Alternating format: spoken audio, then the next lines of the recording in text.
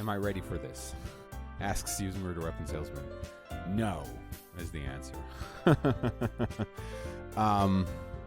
I'm gonna explain. There's going to be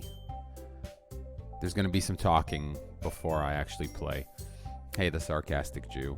I'm gonna give people like 5 minutes to come into the room, because I want to talk for a few minutes about this before I continue playing it.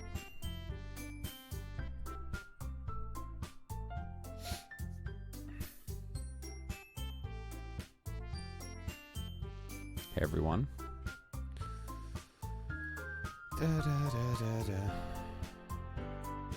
I wonder if this is the first stream of this you're gonna watch, and you're looking at the screen and it's all glitched out like that, and you're thinking like, is my stream broken? What's going on here?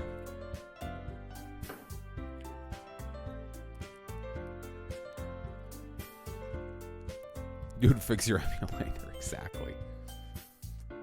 I will say as a precursor for you early birds in here, because like I said, I'm going to talk about this in a minute. I don't think a game has scared me like that since I was a kid. And I'll explain why in a minute. There's a reason. There's actually a reason for it. It's not just like whatever. It's worth talking about. Also in the somewhat political context, which we'll get into in a minute. What time is it? 1:33. I'm gonna give like 2 more minutes. And I'm gonna explain what I'm gonna do today.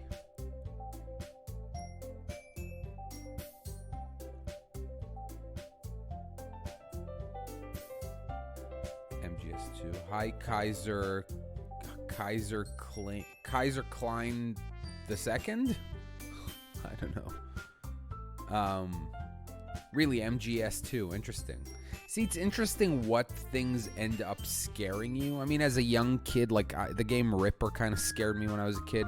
Seventh Guest was a game that scared me. The original Alone in the Dark, and the mini sub game that shipped with the original Alone in the Dark, which was called Jack in the Dark. I remember scared me a lot. Hey, Lord Rawl 21281. Hey, Twitch was supposed to enable this thing where like the original subs to your channel get like a badge, but I'm not seeing it. I don't know if any of you guys are like the original, like the OG subs. Anyway, I see there's a bunch of people in here, so I better discuss this for a second. If you watch stream number 2 that I did of this game, I've done 2 streams of it already. Each was about 4 hours.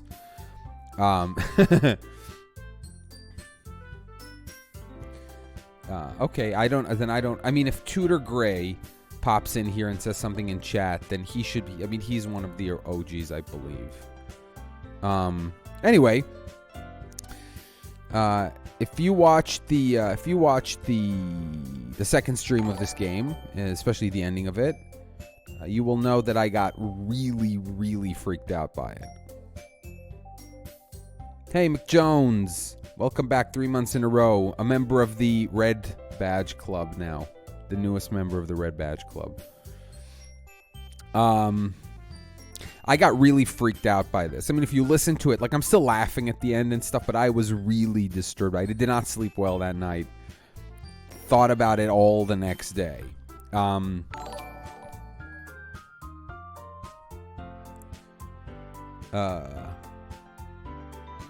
Man-Eater Hampney 2. Yeah, oh, you missed the Quintus. That was on my birthday, Washer. You missed the insane donations from my own personal Leo de Medici Quintus. Also, Psycho Indigo Zero, underrated with the 11,500 bit donation, which was also on my birthday, I believe. Anyway, So here's the deal. I got a thing with suicide imagery. I'm not a fan of suicide imagery. It bothers me. I'm not going to get into why. But suffice it to say, scenes where people kill themselves, images of people post-suicide, I just don't like it. Now, I see it a lot, and I can deal with it. Like, I know when I went to see It Chapter 2, I knew there was going to be a suicide in it, and even if I don't know, if I'm watching some horror movie or some drama and it, there's usually some kind of lead up, it doesn't catch you by surprise, nor did it here, by the way. But we'll get to that in a second. This game has a lot of content warnings in the beginning. It does not try to bait you. However, the tone of it and how we were playing it still put me in a position where I was not entirely prepared for that. And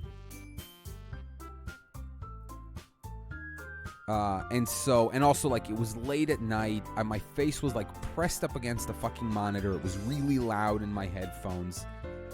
It was not a good... And also, like I said, the game has content warnings. But, what you don't know is what the presentation of the disturbing things will be like until you see one, until something happens. You hear, oh, this game's going to disturb you, but what does that mean exactly? Like, Elfen Lied is really disturbing, but some parts of it more than others. Like, some parts of it are truly troubling to me, but others not as much. I have a feeling that if she were murdered and not suicided, I think it would have bothered me less, oddly. But again, that's my hang-up, and the little political context I wanted to give to this was the whole idea of trigger warnings in people who are suffering from residual trauma or not, or just, like, are really bothered or disturbed by certain things. And it's something that you need to deal with. I mean, it's obviously, I don't think that shoving disturbing things in your face with no warning is good. If this game had no content warnings, I don't know if I would have been mad at it with this thing that happened to me, but I would have totally understood if somebody else would have been and said, like, I did not anticipate to see stuff like that. I don't like it. It's not the kind of thing, and it's not fair that you didn't warn me even a little. Well, that's what I'm saying, I'm saying, like, part of the thing that made this awful for me.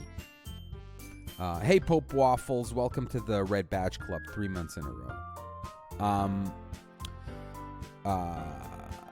Anyway, all I was saying was that the upbeatness of it and the silly voices I was doing just put me in a frame of mind that was not. It just sort of blindsided me. That's all, and it's fine. It's fine. I'm fine now. I just decided to play this game in a slightly different atmosphere. It's daytime. I'm not wearing headphones. I'm sort of chilling out. I'm gonna try to take this a little more in stride now that I kind of know what might and will happen. However, here's the stipulation to that. If I'm not having fun, if I'm going ahead with this a little bit and I'm not having fun, we're going to try to switch a game. And so you guys, your job is to think about some stuff that's on Steam that is not graphics heavy. Potentially something that I wouldn't need to, like, play, with my hands on the keyboard and on the mouse, like not a shooter. Maybe a platformer, maybe like an indie platformer, something fun, something interesting that I could either Goose Game. People said Goose Game. I also read, like, a hot take about why that game is really game is really problematic, which is very funny.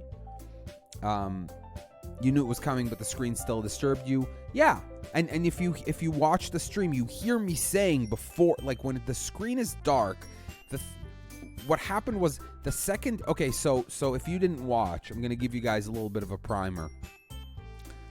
This is a dating sim. It's supposed to look like it's, like, translated. It's a Japanese game that's translated.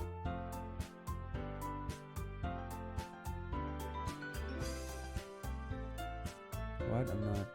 Oh, Danganronpa. No, I mean, I like the anime, sort of, I guess. Papers, Please. Yeah. Oh, FTL. That's not a bad idea. Papers, Please, I've heard a lot about.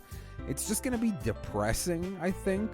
It's like that other game, This Land of Mine. Is that what it's called? This War of Mine or something like that, where you play during like the Kosovo situation. You got to go rob people who like beg you to leave them alone.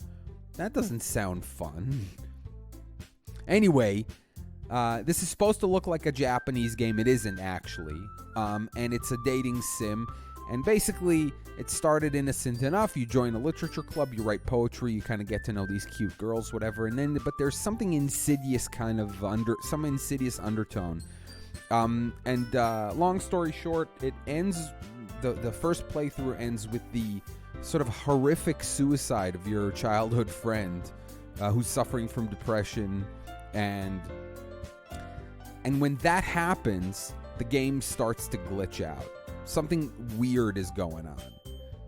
And then the game restarts, as games like this usually do. But it restarts all glitchy. Like, it's supposed to start with you meeting your friend Sayori again, but she doesn't render properly. Everything's kind of glitching, and then the game kind of crashes. And when it restarts, she doesn't exist anymore. It's as though the story restarts, but your friend does not exist in this world anymore. She's been like rewritten over with nothing. 999, I don't even know what that is. And the other thing that's being telegraphed, Sayori's file has been deleted from the game, right? Somebody said, when I went back and I watched the stream again, there's like an error message that flashes on screen, and it says like, go look at this file, this line. I didn't do that yet, anyway. But the other thing that's being telegraphed here is that Monica, who's the girl in the foreground with the long auburn hair, is some kind of puppet master of this whole situation. I said I thought she represented the game itself, or maybe some kind of, I don't know. And Yuri, the girl with the purple hair, has been heavily insinuating that she is a cutter. And Natsuki, the little girl in the side, the little girl with the pink hair, there's something going on with her too. I speculated that she might be sort of struggling with like sexuality issues. Later, rewatching that whole part, I think I might be like way off. That it was just like in a state where I was just, I don't know, something about it sort of felt like that to me at the time. So yeah, I don't know what's left to say much other than we should push forward. But as I said, this is all about whether or not this is going to be fun for me. Oh, also, I don't know if I can do the voices. GLaDOS157 with the Twitch Prime. I don't know if I can do the voices anymore. Can you please provide me with a good argument for why I should continue doing cutesy voices if this is gonna be all fucked up? Like, I'm afraid I'm gonna lull myself into a sense of complacency by doing the fucking Natsuki Popeye voice. Well, blow me down. Pay no attention to the scares that are coming, honey. This is all very cute. I love cupcakes. I need somebody to give me a compelling argument to continue doing that and not just playing this straight. How about this? Let me ask you this. How do other streamers, have you watched other streamers stream this game or games like it? What do they do? Do they just read the text in a regular voice? Because I could do that. I mean, you're all throwing out game names. We're not going to do that yet. Let's get to that stage first. Are you all... The voices are what makes this worth the price of admission? Okay. Well, near. I mean, I can't stream from my console right now. Okay, I guess I gotta keep doing the voices. I guess I gotta keep doing the voices. Ay. All right. But the point is, I'm trying to put myself in the right state of mind for this. I'm trying to put myself in a slightly more mentally prepared Game Grumps did voices for the entire game. Okay. Were they silly?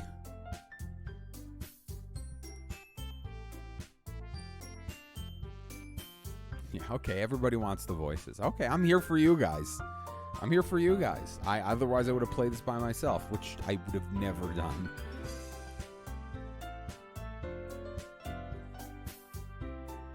You got a bit more serious towards the second half. It's a little like if you've watched Markiplier's playthrough of Soma. He gets way less like funny at the end. Like as it goes towards the end, and you kind of realize what the fuck is going on and like how messed up it is. It's a little hard to stay like all.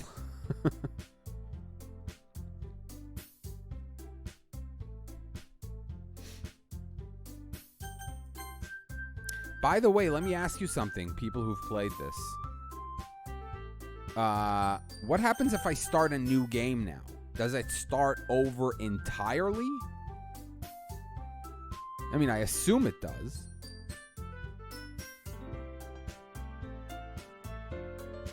No, I'm not going to give it a shot. Stop scaring me. He says give it a shot. Just tell me what the fuck happens. The same thing happens. Give it a shot. Fuck off. Oh, and it's still... Okay, it starts from this playthrough. No, I'm not going to try.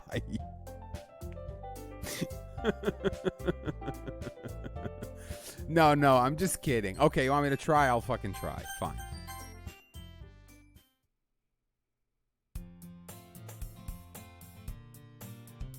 Okay. Oh, okay, it starts from this playthrough.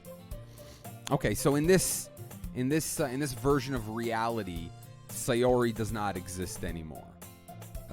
By the way, I gotta say something about this game. Even though it troubles me and I'm being very fidgety playing it, this game is fucking brilliant. It's memey, and people were like, "What? You freaked out over a meme game?" I was like, "Yeah, it's a meme, but that doesn't mean it's not genius." I mean, this is so like the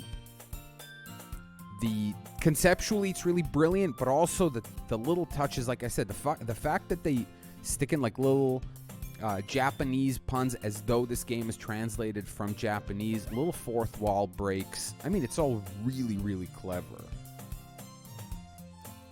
Yeah, Sayori's been disappeared.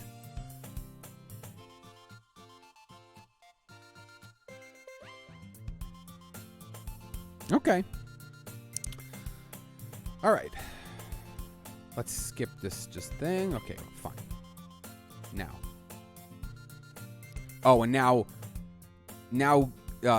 Monica's going to show up and it's going to be glitched. Okay, so check this out. This is this kind of stuff that freaked me out. Like, I don't like glitchy shit that's played for scares. But, yeah. I'm typing my log info into here rather than the box I'm supposed to be typing in. What?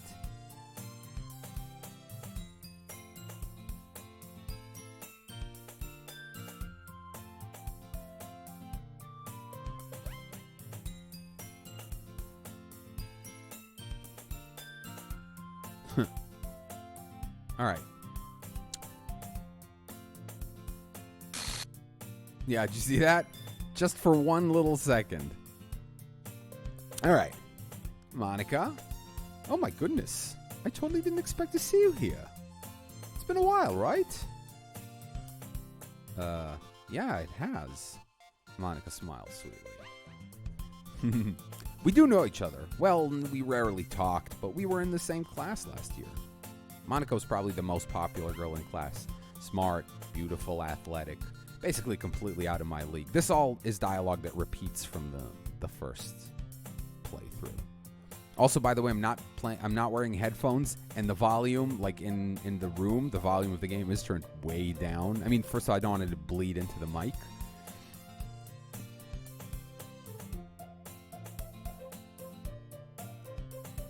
Oh, okay. Oops, that's not good. I know, but it's fine. Like, it doesn't... No, but I mean, seen before seen before even in the first playthrough. That's kind of weird. Anyway. Oh, okay. So it'll just skip me. It's like it's like one of those backups, like daily backups. So basically, it'll just skip me to the first thing that's new. What'd you come here for, anyway? I've just been looking for some supplies to use for my club. Do you know if there's any construction paper in here? Or markers? I guess you could check the closet. You're in the debate club, right? About that. I actually quit the debate club. Really? You quit? Yeah. Oh, I see. Skip is grayed out here. Okay, cool. Gotcha. To be honest, I can't stand all the politics around the major clubs. It feels like nothing but arguing about the budget and publicity and how to write and how to prepare for events. I'd much rather take something I personally enjoy, make something special out of it. In that case, what club did you decide to join? Actually, I'm starting a new one. A literature club. Oh no. Did you see that? This is hilarious. So like it's almost like the literature club itself. Like there's something really meta about this that I enjoy. Even meta is not true. It's like it's a game that flirts with being non-diegetic. It flirts with being I don't know how to explain it. It's self-aware that it's a game, but also like in world, it's self-aware that it's a game. That's the bizarre part about it. Anyway, literature? That sounds kind of dull. By the way, I have a feeling that the name Literature Club itself is supposed to be an instance of like improper Japanese translation, because it's essentially a poetry club, not a literature club. But I believe the words in Japanese are the same, I think. I think it's worth checking, but I do believe you can use the word for literature and poetry interchangeably in Japanese. So that's funny. Anyway, how many members do you have so far? It's kind of embarrassing, but there are only 3 of us so far. It's really hard to find new members for something that sounds so boring. Well, I can see that. But it's really not boring at all, you know. Literature can be anything. Reading, writing, poetry. Oh, I guess. Okay, there you go. I'm like 2 text boxes ahead of every thought this game throws at me. I mean, one of the members even keeps her manga collection in the club room. Wait, really? Yeah, it's funny, right? She always insists that manga is literature too. I mean, she's not wrong, I guess. And besides, a member's a member, right? Did Monica say she?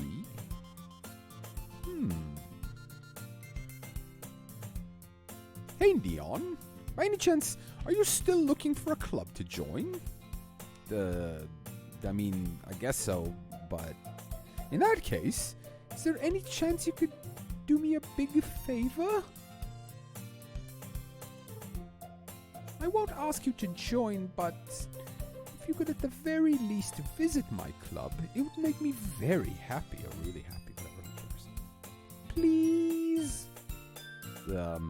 Well, I guess I have no reason to refuse. Besides, how could I ever refuse someone like Monica? Sure, I guess I could check it out. Ah, awesome! You're really sweet, Neon, you know that? It's nothing, really. Shall we go, then? I'll look for materials another time. You're more important. Yeah, materials my ass. And thus, today marks the day I sold my soul to Monica and her irresistible smile. Oh my god, I have a feeling this dialogue, this piece of text, is very telling. This seems like incredible foreshadowing to me. Oh, right, last time it was sold my soul for a cupcake. Interesting. Hold on one second. I gotta go get something. It's not cult leader. It is not cult leader. She's more like a virus inside this game or something like that. She's more like an AI that's obsessed with me, I think.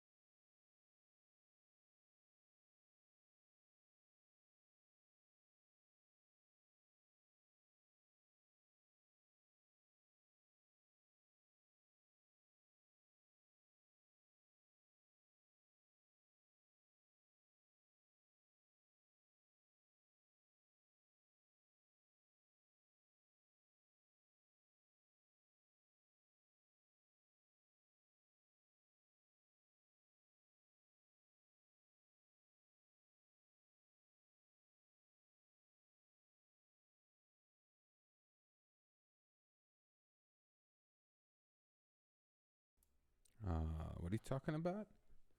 Oh, I just no. I just went I just went to get something. I just went to get something to drink. That's all. Yeah, Monica just kidnapped me. There is no Neon, only Zool.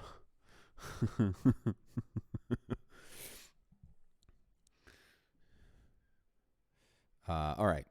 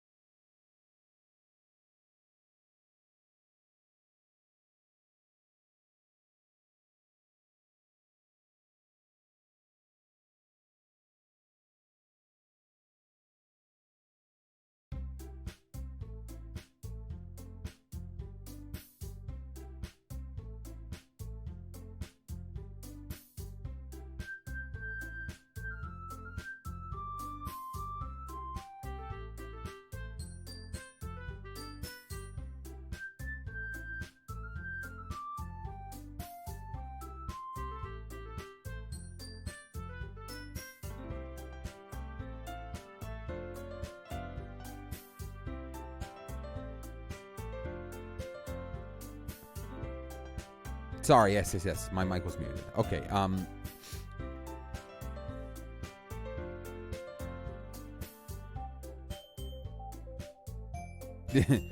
no, I know the game isn't glitching like this for no reason. It's almost like every time something happens that Sayori did in the first playthrough glitches when Monica does it now. I was just going to ask you guys one thing before I play on. I was told when I was freaking out the other day, I was told that this game does not jump scare you. It's just like creepy and it's disturbing, but it doesn't like blah, it won't like try to fucking do that to me, because if it does, that's not fun. Like, I don't like that shit. I mean, I'll watch a movie with stuff like that in it, but it's just that not. Yeah, okay. Okay, good. That's fine. Again, even if something like really like creepy or like disturbing like pops on screen, that's not bad. I don't enjoy jump scares like that. Like type jump scares. You know what I mean? It doesn't matter. I'm just talking about what's fun for me. I can handle it. It's not going to traumatize me. It's just not fun for me. That's all. It's like saying, you go on a roller coaster in the daytime. It doesn't matter if you don't like roller coasters. I think developing jump scares are good scary. Yes, the stream is running. The stream is definitely running. It's just a it's funny. I almost need let me see. Do I have something? I don't. I wish I had something that would be animated here on the sides that something's happening. Okay, that's cool. Yeah, I have a feeling that we're going to see Yuri all cut up somehow. Like, I definitely see, or maybe like Monica being kind of distorted and buggy.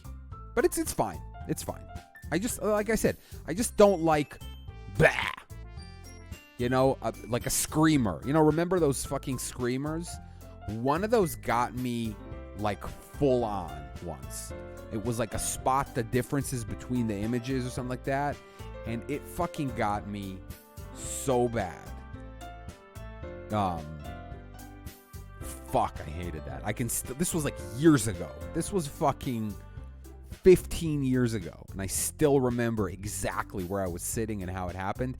That's how bad it scared me. Fuck. Recently, someone I know put one of those on Twitter. And I noticed what was going to happen at the last second and muted it. Well,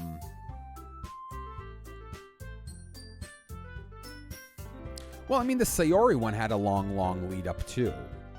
I'm just saying that the thing that got me was that I did not know how it would be, like the presentation. You know, like the way the game handles a scare. Because it could have just kept the cutesy music going. You know what I mean? That would have also been a stylistic choice. To not diverge from the cutesy nature of the game, even though it's showing you something awful. Yeah, it's just that I didn't know how it would happen. And now I know how this game treats this, and so when it'll happen again, I don't think I'm going to be that bothered by it. Also, like I said, I have a thing with suicide imagery. That's all I said. It's fine. It's something that I deal with, and I'm generally fine with it, even though I have a thing with it. It caught me very off guard. Even though, again, I knew she was going to kill herself. It was very obvious that she was going to commit suicide. Or maybe that we were going to stop her attempting to do it. But, like, the idea of self-harm there was very apparent. Anyway, let's keep going. There's some cool Easter egg background stuff. When I'm done with this game, I'm going to go read up on it. I'm going to go watch some people get to because I don't think I'm going to go back and do all the routes. Like next week, my computer's supposed to be fixed on Monday. That's tomorrow. And then I can go back to console. So we'll see.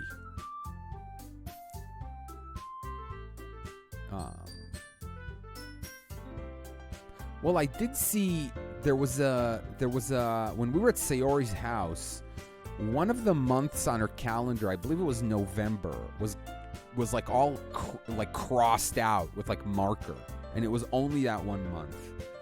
I remember that for some reason. Okay, let's keep going.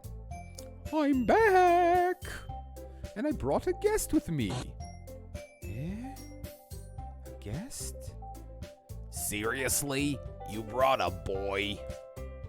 Way to kill the atmosphere. By the way, did you notice that Yuri caused the game to glitch, but Natsuki did not? Don't be mean, Natsuki. But anyway, welcome to the club, Neon. All words escape me in this situation. This club is full of incredibly cute girls. So, let me guess. You're Monika's boyfriend, right? What? No, I'm not. Natsuki. The girl with the sour attitude, whose name is apparently Natsuki, is one I don't recognize. Her small figure makes me think she's probably a first year. Anyway, this is Natsuki, energetic as usual. And this is Yuri, the vice president. Oh, that's why it glitched. Because she's the vice president now. Interesting. So, like, everything that's related to Sayori somehow now causes a little glitch in the game. As though, like, her code... This is fucking brilliant. I really like this. I really like what they're doing here. It's nice to meet you. Yuri, who appears comparably more mature and timid, seems to have a hard time keeping up with someone like Natsuki. Yeah, it's nice to meet both of you. So, I ran into Neon in a classroom, and he decided to come check out the club.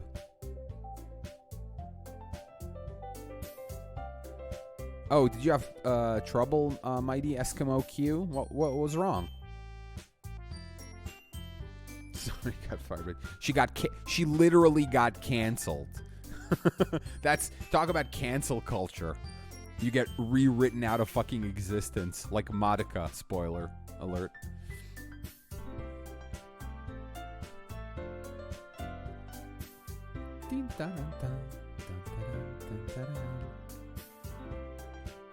Another creepy ass thing, by the way, when you the music that plays when you find Sayori hanging, it's called Sayonara, like Sayori, Sayonara. That's really a very clever, and also, again, very Japanese, because the Japanese are all about the puns. There's a lot of homophones in Japanese and different kanji that you can read the same way, which leads to a lot of, like, punny humor. It's actually considered like a high form of wit in Japanese. Here it's more like dad jokes, but there you can be like immensely witty with a pun. Anyway, isn't that great? Wait, Monica, didn't I tell you to let me know in advance before you brought anyone new? I was gonna, Sorry. I didn't forget that, but I just happened to run into him. In that case, I should at least make some tea, right? yeah, that would be great. Why don't you come sit down, Neon? The girls have a few desks arranged to form a table. Yuri walks to the corner of the room and opens the closet. Meanwhile, Monika and Natsuki sit across from each other. Still feeling awkward, I take a seat next to Monika. So, I know you didn't really plan on coming here, but we'll make sure you feel right at home, okay? As president of the Literature Club, it's my duty to make the club fun and exciting for everyone.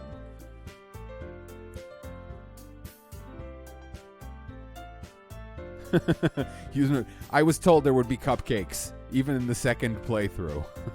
This cupcakeless universe is really depressing. This cupcakeless timeline. All right. I'm surprised there aren't more people in the club yet. Must be hard to start a new club. You could put it that way. Not many people are very interested in putting out all the effort to start something brand new.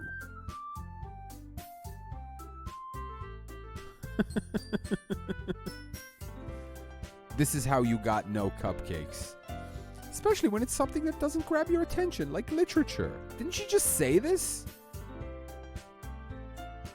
She literally just said that.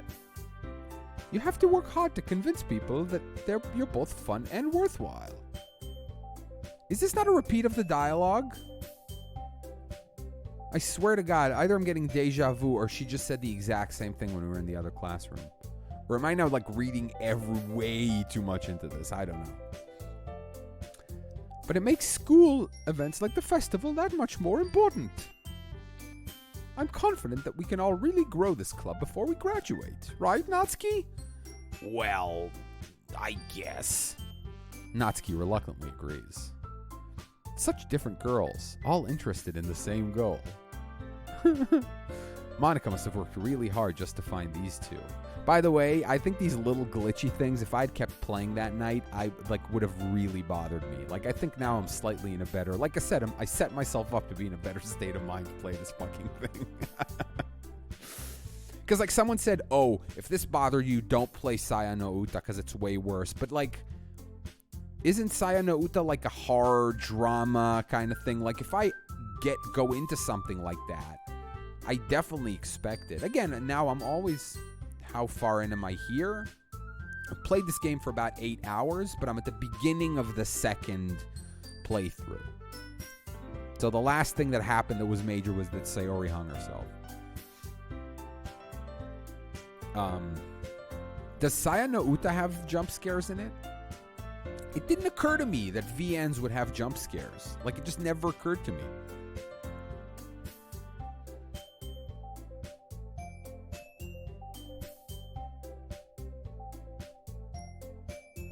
Well, you can answer that in your free time. I'm going to keep going.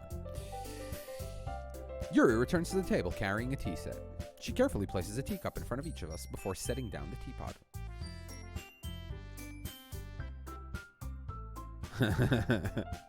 This is like when I played Nier and people spent like a ton of time going like, oh my god, it's going to blow your mind, And to their credit, they were right. The parts in Nier that were supposed to blow my mind accomplished the task.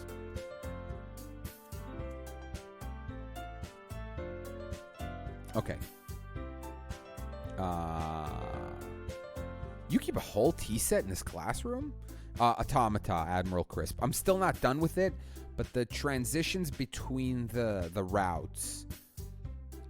There's a part, if you go to clips on my Twitch channel, if you go to the clip section and pop up the most watched all time, one of them is called Mind Blown, and it's the part in Nier Automata where you start the second playthrough and you realize that it's playing back your button presses from the setup of the first playthrough.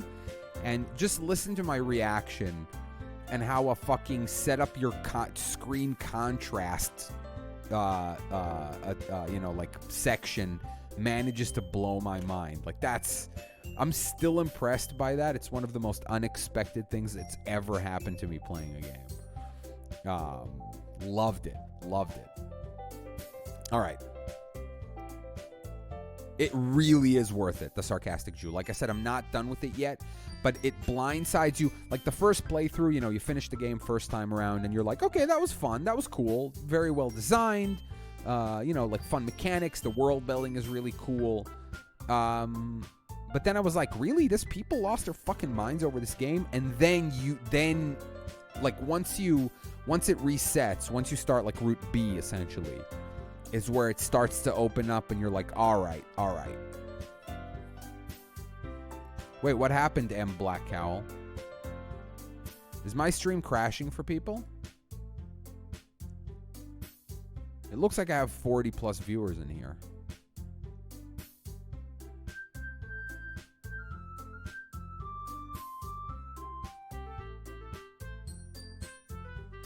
Seems like maybe it's crashing for some people. Okay. Anyway, we're gonna keep going. You keep a whole tea set in this classroom? Don't worry, the teachers gave us permission. Sorry, I dropped something. After all, doesn't a hot cup of tea help you enjoy a good book?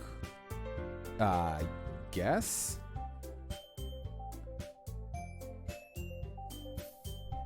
Oh, that's weird. All right. I guess Monica's trying to get people to come to my channel, so she's crashing other Twitch channels. It's like weird science. Don't let yourself get intimidated. Yuri's just trying to impress you. That's not... Insulted, Yuri looks away. The stream is self-aware. Get to the chopper. I think I said on a previous stream that many of my impressions are actually impressions of other people doing impressions. Like my Arnold Schwarzenegger impression is actually an impression of someone else I know doing an Arnold Schwarzenegger impression. I'm not even trying to go for the actual person. There was a bit years ago on the Opie and Anthony show about how Arnold Schwarzenegger, his characters always have like regular guy American names, even though he has a thick Austrian accent, and so it's always like, my name is John Smith. I'm originally from Ohio. That's exactly it, Slider. I am exactly impersonating Anthony doing Arnold. That is precisely it. And that bit with Patrice, when they were talking about all the different names that Arnold Schwarzenegger characters have. I'm John Kimball. Oh, you wouldn't believe me with... Oh, there you go. You have one of those... founding subs. No, that was a different one, Slider, but also equally hilarious. Like where they were doing the top 10 country songs, and every country star name sounds like I'm Dix Bentley. You guys have no idea what that is. If you go to YouTube and search for Opie and Anthony top 10 country songs or something like that, if you have time to listen to like an hour-long radio bit, I guarantee you're going to laugh a lot. All right, anyway, onward and upward. I believe you.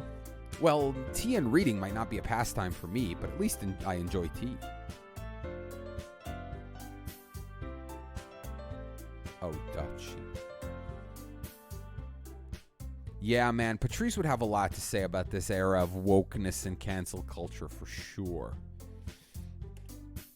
I'm glad. Yuri faintly smiles to herself in relief. So, Neon, what kinds of things do you like to read? Well, considering how little I've read these past few years, I don't really have a good way of answering that. Manga? I mutter quietly to myself, half joking. Natsuki's head suddenly perks up. It looks like she wants to say something, but she keeps quiet. Not much of a reader, I guess. This voiceover is making me uncomfortable. It's turning you on? You're uncomfortably turned on by my sexy voice?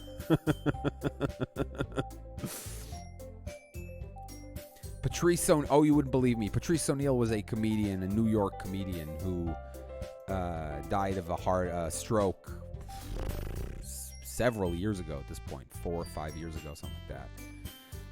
And he was incredibly like abrasive and belligerent, and he, you know what, you know that, like, the, you know how everybody's talking about the Dave Chappelle special and how he toyed with his audience and make them clap and then insult them immediately afterwards. That's kind of what Patrice O'Neal used to do. Patrice O'Neal used to like do a whole bit like about, you know, men, like, oh, all you women, you got to deal with these fucking men, and they do this and they do that, and then the women all clapping and cheering, and then he immediately goes into this whole bit about how they suck even worse or something like that, you know? Yes, he gave no fucks before giving no fucks was a thing. That's a good way to describe it. Anyway, moving on. Yeah, I recommend you check out some Patrice O'Neal stuff. It's very fun. Especially like the stuff that got him banned from like Fox News and stuff, things he said on air, like on Fox News and CNN, that got him banned. Oh, well, that can change. What am I saying? I spoke without thinking after seeing Yuri's sad smile. Anyway, what about you, Yuri? Well, let's see.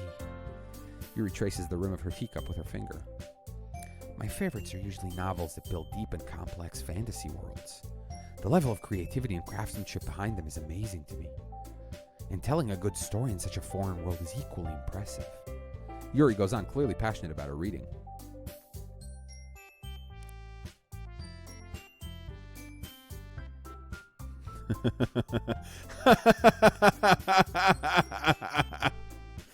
That is very funny, Faramir.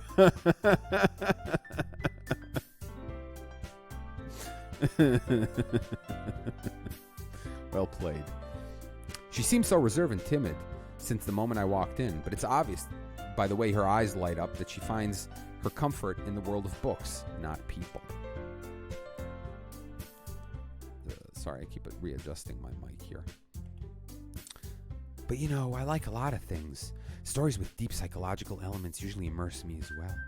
Isn't it amazing how a writer can so deliberately take advantage of your own lack of imagination to completely throw you for a loop? Oh, I remember this line of dialogue. Are you mocking me, game? Are you fucking mocking me, you piece of shit game? I was just praising you like 5 minutes ago. Now you're like, yeah, you unimaginative stupid. I freaked you out good, didn't I?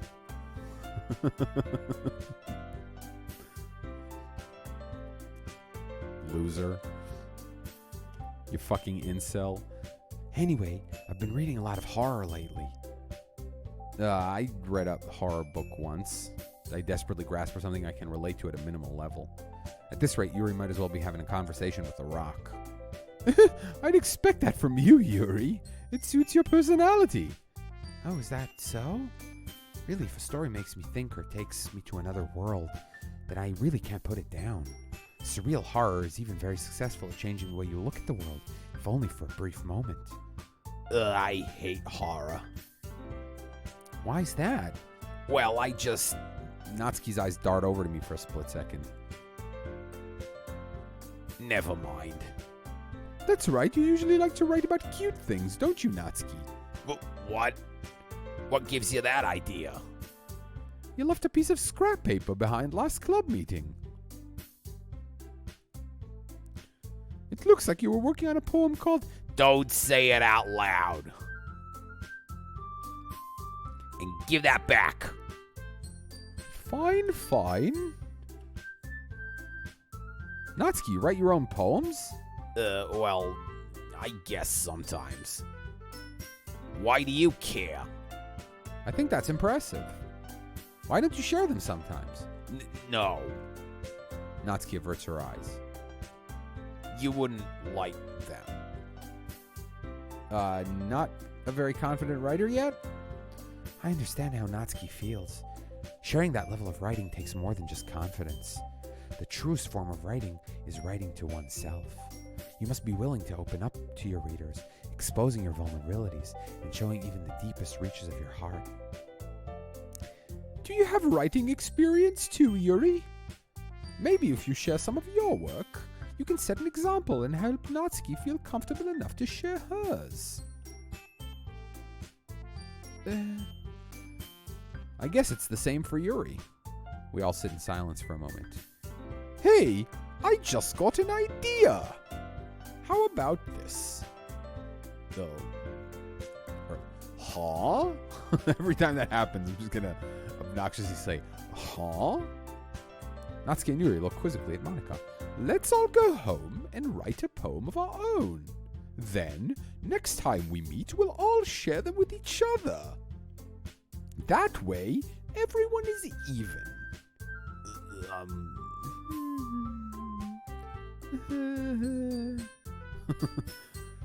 I mean, I thought it was a good idea. Well, I think you're right, Monika. We should probably start finding activities for all of us to participate in together.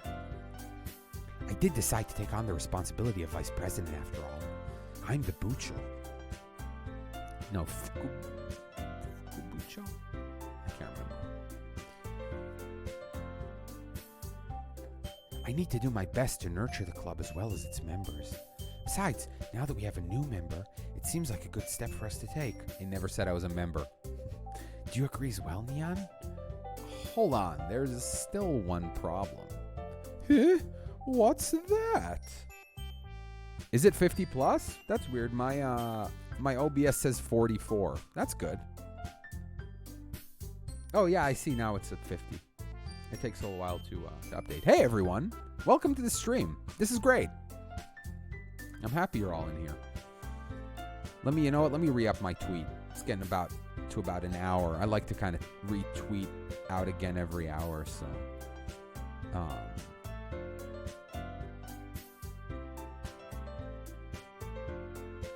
Oh, there's a Fortnite event right now. Am I counter-programming Fortnite? Okay, I guess that's good.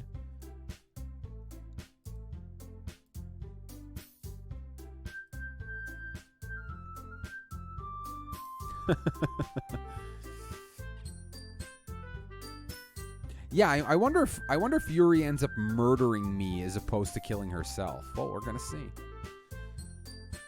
Now that we've reached the most important topic, I bluntly come forth with what's been on my mind the entire time. Oh, Psycho Wendigo Zero! How's it going, man?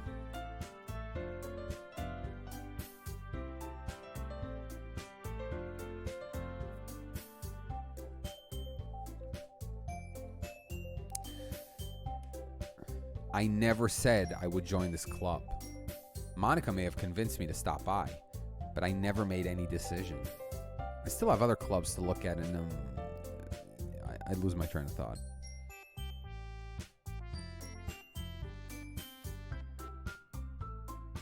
I said that before. I said Monika's fucking up other parts of Twitch so that people come watch this.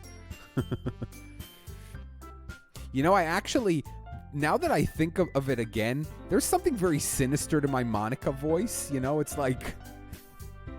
I feel like I could very easily deliver, like, villain lines with that, too.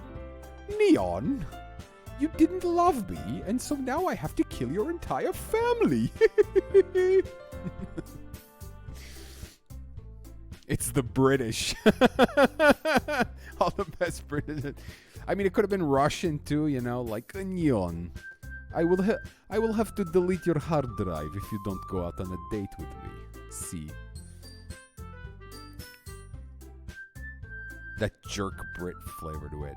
Or almost like it's, you know, funny enough, because it's a really bad British accent, it almost sounds like it's a put-on. Yeah, Monika with the K is a Russian name. That's true. That is true.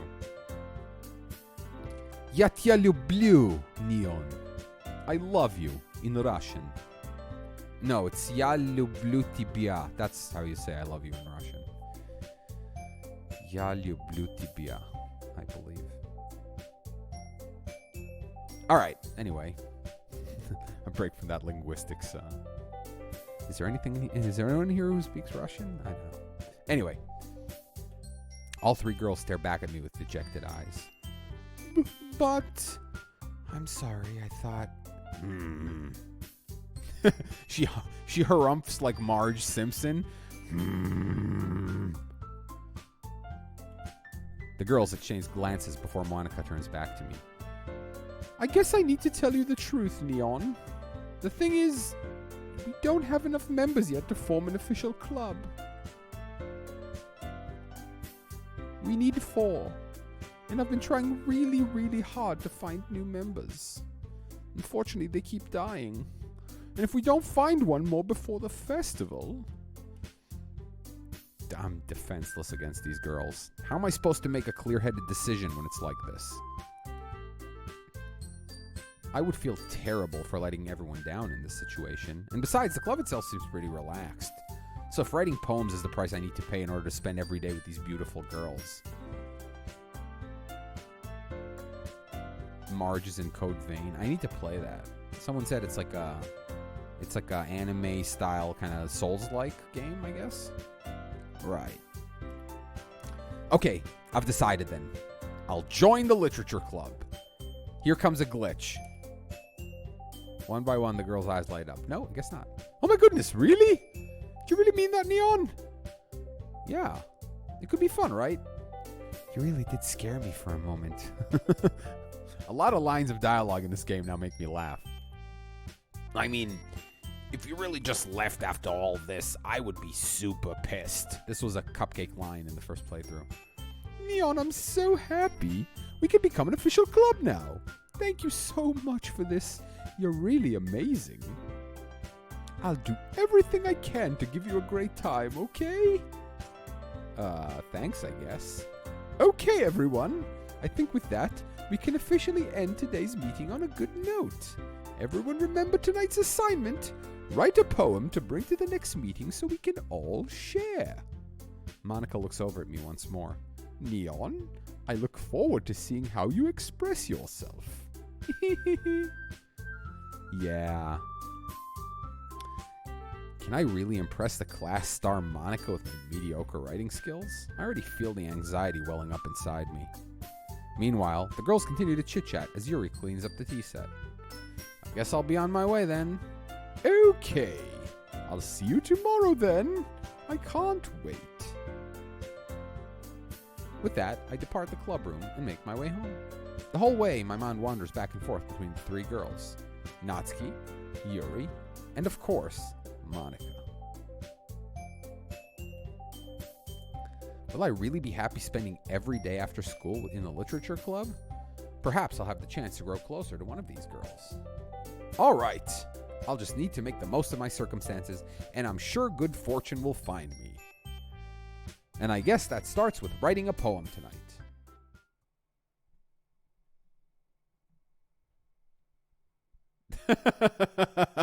Oh God, fuck you, game.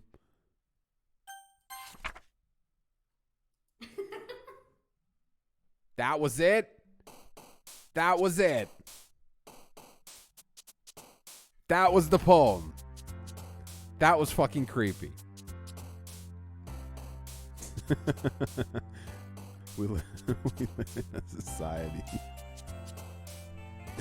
The fucking society meme is so weird.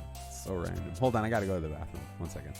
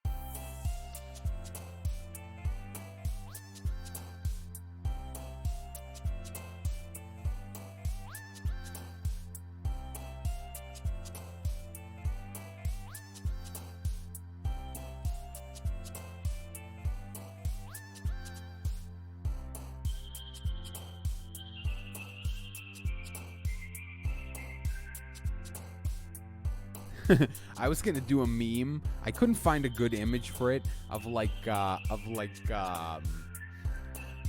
Heath Ledger Joker and the Joaquin Phoenix Joker like chilling in like the spotlight, and the Leto Joker like dejected off to the side.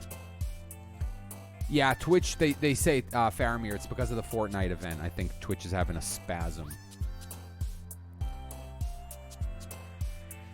Okay, so that that hidden poem. I wonder what would have happened if I had clicked no. Where it said, like, do you want to see this special poem that you got? If I would have said no, I wonder what would have happened.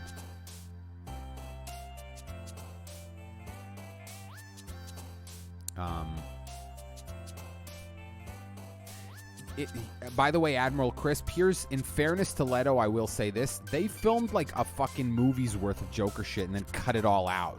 Not because it was bad, I think, because they there was a whole, like, what you call it? Production issues with that movie.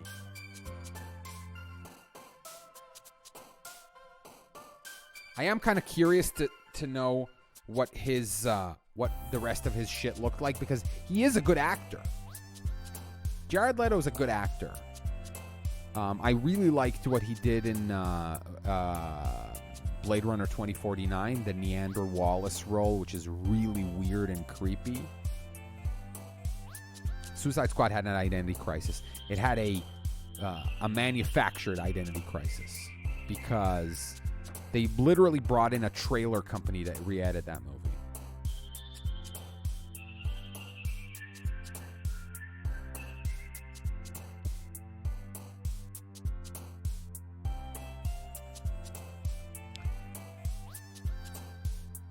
Oh, yeah. Trailer Park, they're called.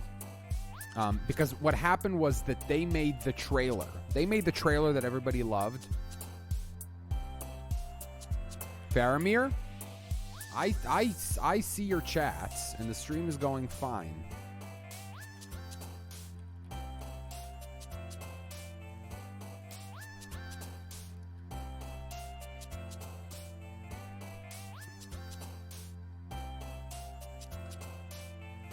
Twitch is broken for me. Yeah, he can't hear this, but it is.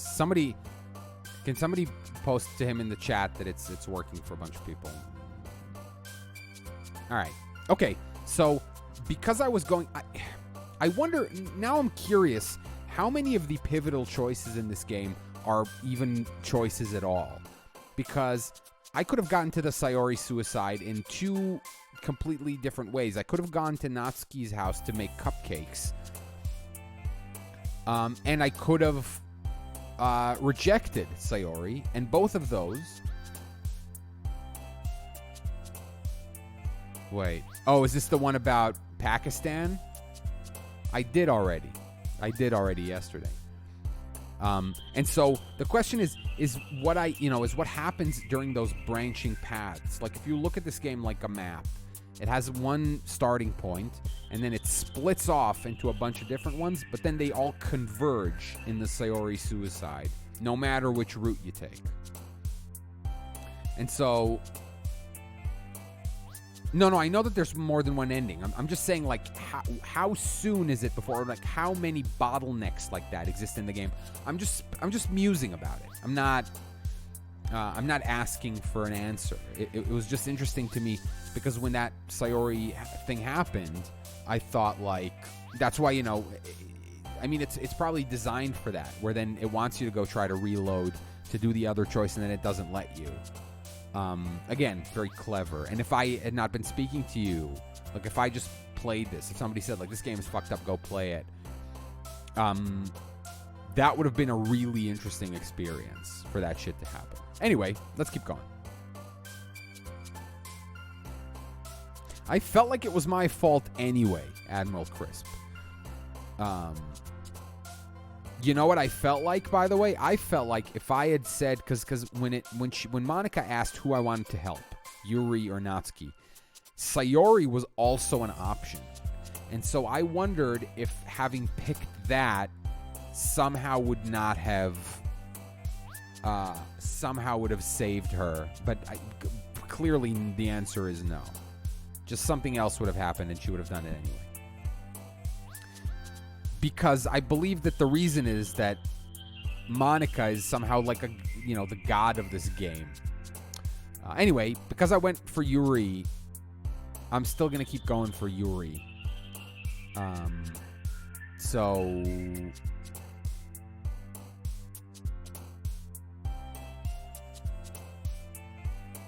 Oh, Max Honk, is she like sad? Does she walk away sad or something like that?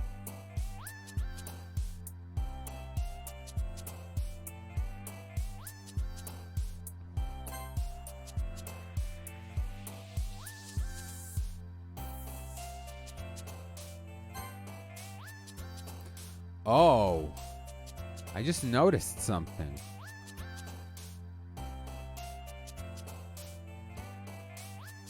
Oof, she drops to the floor and cries. Youch. See, like I said, that... Again, it's not that the...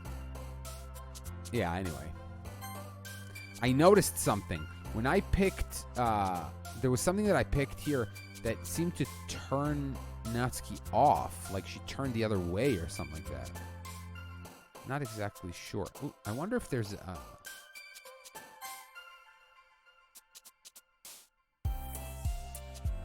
Oh, you wrote childhood. Never mind. Oops.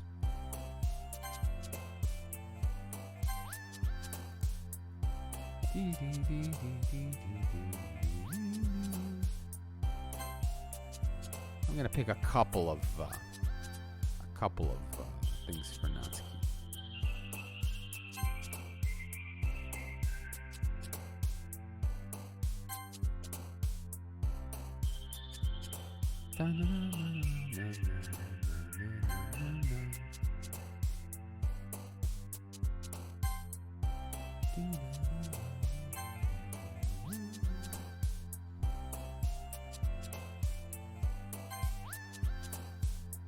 Agonizing. What the fuck?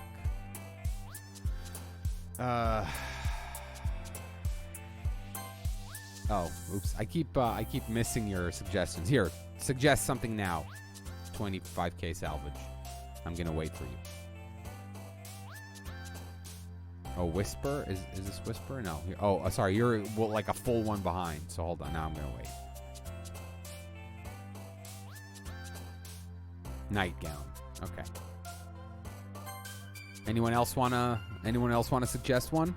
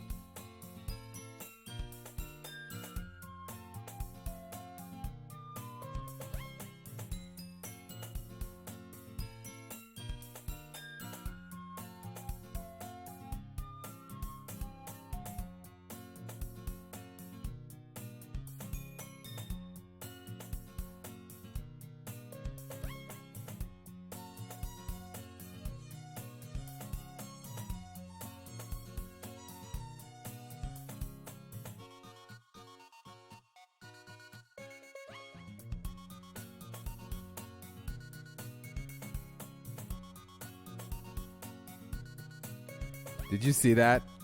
Did you fucking see that? Oh my god. Your fucking face glitched out.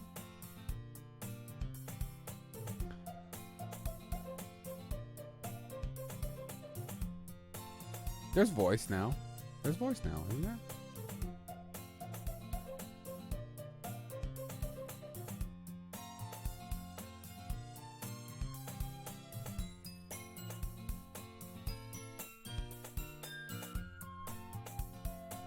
Oh, it's also at a Dutch angle. Did you notice that it's at a Dutch angle now?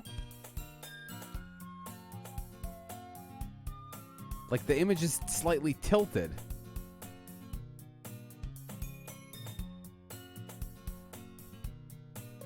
I just noticed that it's a fucking Dutch angle. Oh, man. That is fucking creepy. You know, I almost feel like... never mind. I almost feel like there should be on-screen chat for these, because it's funny to read your guys' on-screen chat. This goes on a hill.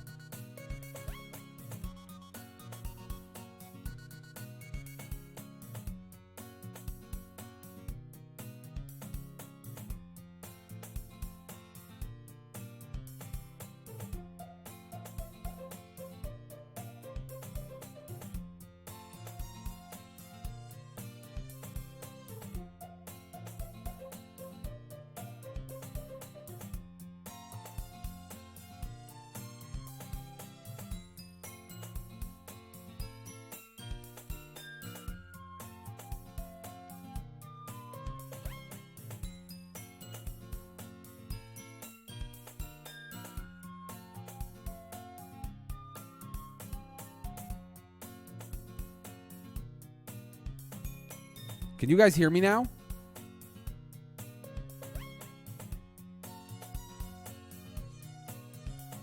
What the hell?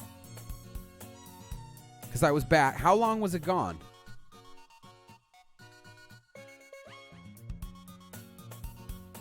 I think what happened was, you know what I think happened? I think what happened was I was going to press spacebar and I pressed whatever hotkey it is to mute my mic by accident.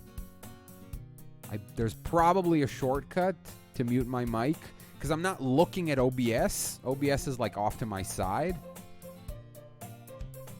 I guarantee that that's what I did by accident because I don't want to click the mouse. Also, by the way, notice that like Natsuki's cut off. It's almost like the image is too zoomed in.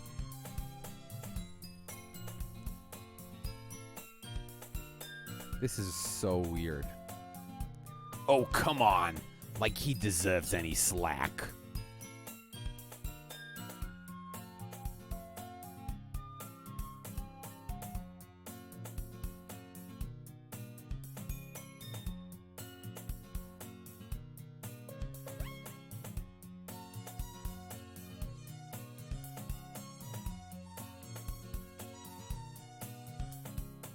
It keeps muting my mic.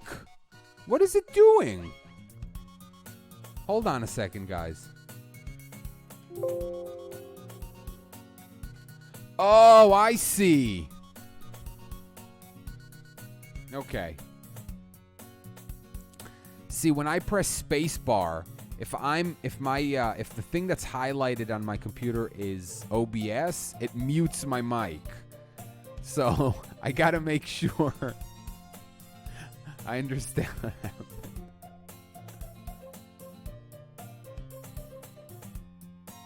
Okay.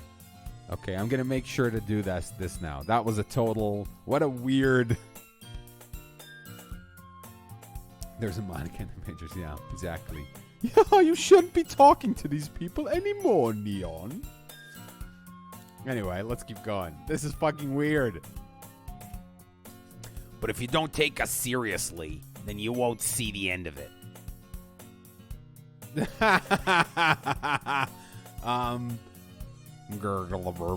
They suddenly have a big mouth for someone manga collection in the club room.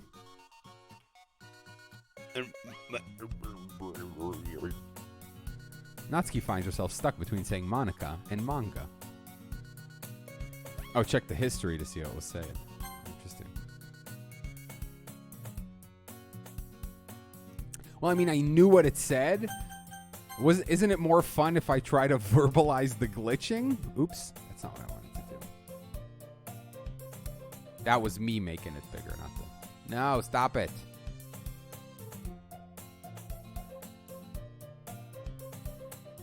Okay.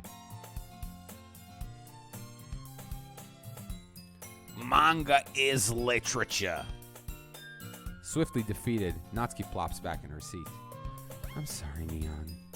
I'll make sure to put your comfort first, okay? Yuri shoots Natsuki with a disappointed glance.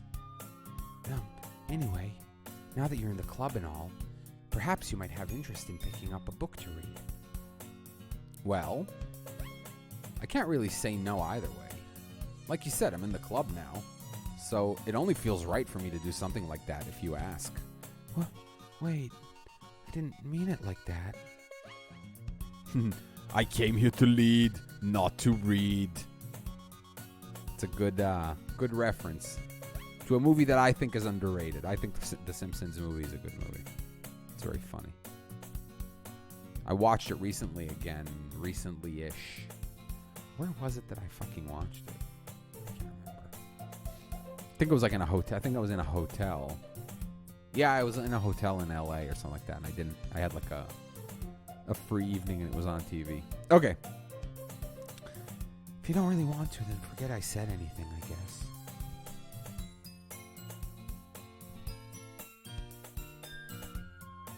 No, it's not that, Yuri. I want to be part of this club. So even if I don't read often, I'd be happy to pick up a book if you want me to. That's a good point. Oh, you wouldn't believe me. It kind of faded into the back of my consciousness after that.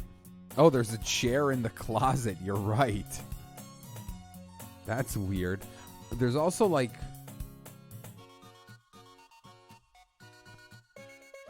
No, I don't see anything else that's weird right now. I just feel like, well, as vice president and all, that I should help you get started on something you might like. Yuri reaches into her bag and pulls out a book. I didn't want you to feel left out, so I picked out a book I thought you might enjoy. Oh, was that in there before? It's a short read, so it should keep your attention even if you don't usually read. And we could, discuss it if you want it.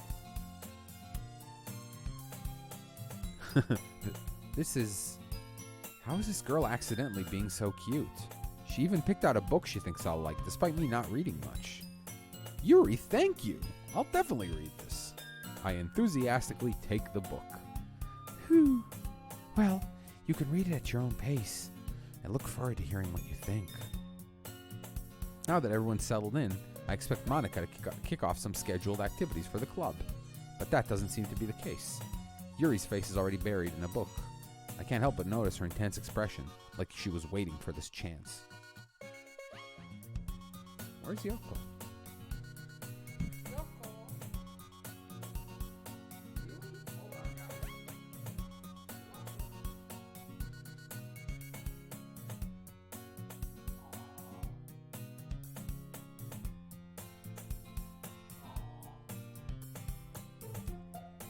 She's lying down in her little crate in my bedroom.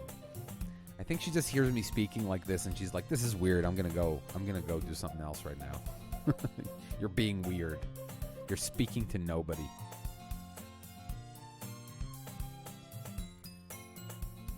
Alright. Meanwhile, Natsuki is rummaging around in the closet.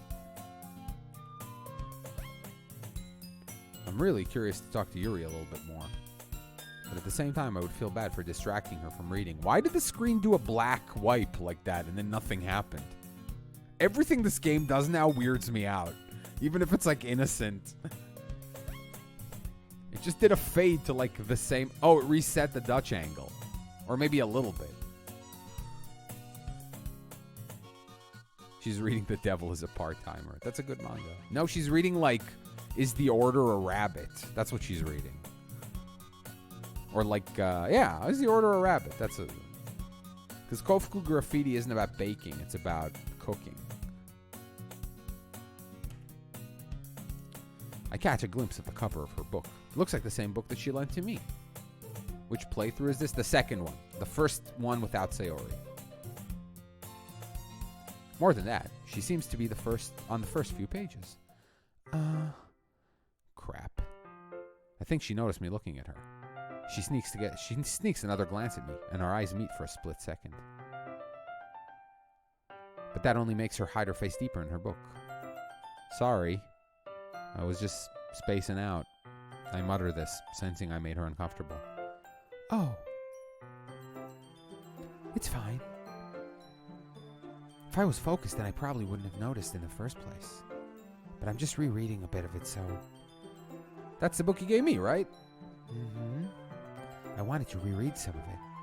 Not for any particular reason.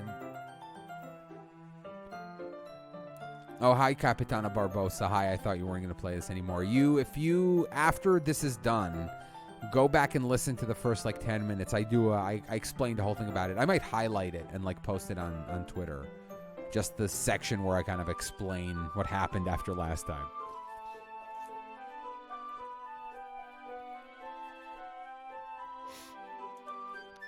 Just curious, how come you have 2 copies of the same book? Oh, you think Yuri's eyes were drifting? Shit, I can't. It's hard for me to look at the text and all around the image to see if something happens. Well, when I stopped at the bookstore yesterday... that's not what I meant. I mean, I just happened to buy 2 of them. Oh, I see. There's something fairly obvious here that Yuri isn't telling me, but I decide to let it go. I'll definitely start reading it soon. I'm glad to hear. Once it starts to pick up, you might have a hard time putting it down. It's a very engaging and relatable story. Is that so? What's the story about anyway? Well, I look at the cover of the book. The book is titled Portrait of Markov. There's an ominous-looking eye symbol on the front cover. Basically, it's about this religious camp that turned into a human experiment prison. And the people trapped there have this trait that turns them into killing machines that lust for blood. But the facility gets even worse, and they start selectively breeding people by cutting off their limbs and fixing them to... oh, that might be a little bit of a spoiler. But anyway, I'm really into it. The book, I mean. Not the thing about the limbs. That's kind of dark, isn't it? Yuri made it sound like it was going to be a nice story, so that dark turn came from nowhere. Are you not a fan of that sort of thing, Neon? No, it's not that. I mean, I can definitely enjoy those kinds of stories, so don't worry. I hope so. Yeah, I totally forgot Yuri was into those things. She's so shy and reclusive on the outside, but her mind seems so completely different. It's just that this kind of story, it's the kind that challenges you to look at life from a strange new perspective. When horrible things happen, not just because someone wants to be evil, but because the world is full of horrible people, and we're all worthless anyway. What the fuck was that? I had to quickly improvise.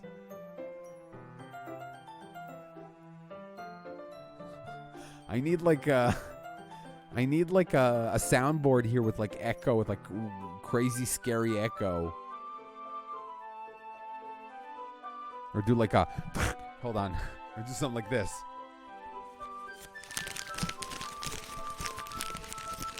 This is my glitchy voice. Did that sound like static? Sounds like a campfire.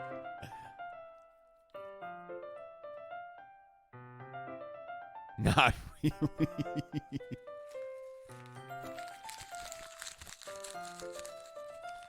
It needs to be more I know, old campfire Foley. No, it needs to be more like...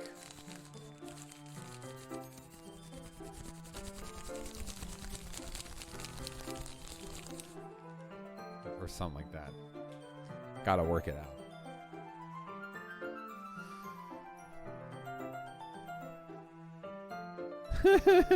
Sorry.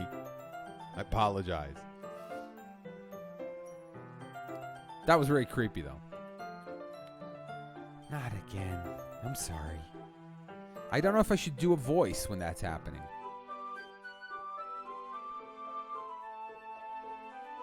Microsoft Bob? I don't remember what that is. Dr. Sbatso? Does anybody here know or remember Dr. Sbatso?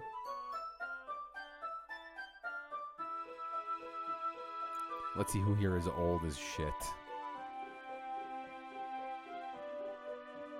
Nice! How quickly was that? See, if you weren't already a sub, I would have given you a gift sub for that, I think. It's a good pull. Yeah, for you fucking... Oh, okay. For you younger viewers, one of the early, like when sound blasters became a thing, like when sound cards essentially became a thing, and one of the first ones that was very popular was called Sound Blaster, and one of the things on it that was like a thing that you would get was like a text-to-speech bot where you would type a thing and it would say it. Yeah, and it was called Dr. Sbatso. SB is in like Sound Blaster. And it was supposed to be like a... Well, so they had text-to-speech, but Dr. Sbatso was like a chat bot. Yeah. I'm saying, like, it was like a chat bot. I am Dr. Sbatso. I am here to help you. That was like the... Yeah, it was supposed to like mimic being a therapist. But it was part of the text. It was part of the text-to-speech pack because there was always just regular. There was also just regular text-to-speech where you would like type in a 1 and like 23 zeros to see what it was called, and it would be like 1 decaquintillion or something like that. And at some point, you would run out of words, and so it would just go into this like 1000000 for like fucking 3 minutes. The things we would do back when computers were boring.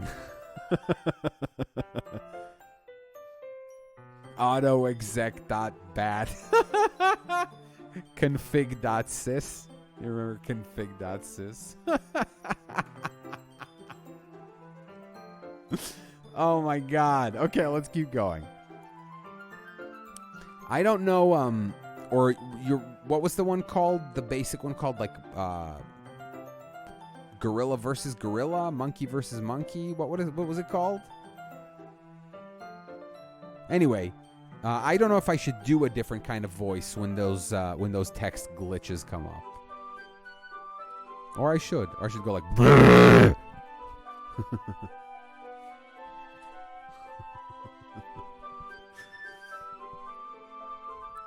Hey, don't apologize. I haven't lost interest or anything. Yes, it was the gorillas throwing exploding bananas. Ape versus ape? Do a creepy voice. Okay, I'll try to do a creepy voice. Is the music loud? I can turn it down if it's annoying. Well, I guess it's all right then. But I feel like I should let you know I have this problem.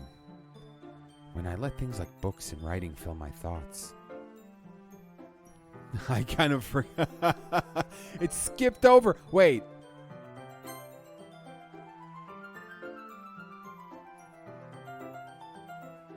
No, see? It doesn't have those. It said something like, my body fills with something. I couldn't tell. Yeah, she's a fucking psycho murderer, clearly. I have a feeling this route might end with me dead. With me dead. Oh, if clips aren't working right now. It doesn't matter. The point is not for you to see it. The point is for you to kind of get a glimpse of there's something like under the surface that's trying to get out.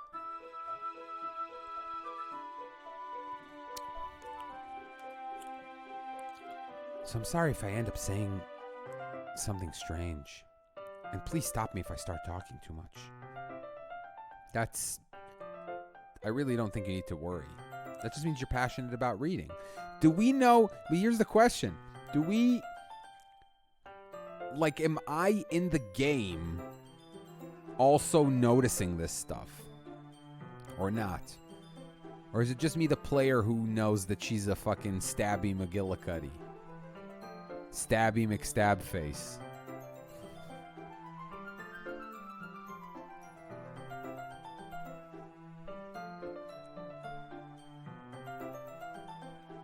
Okay.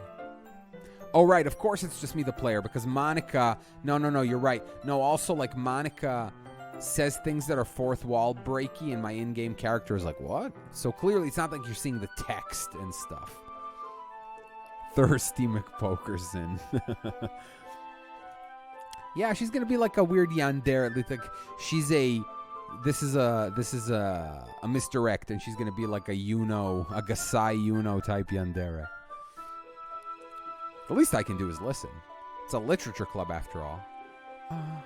That's true. In fact, I might as well get started reading it now, right?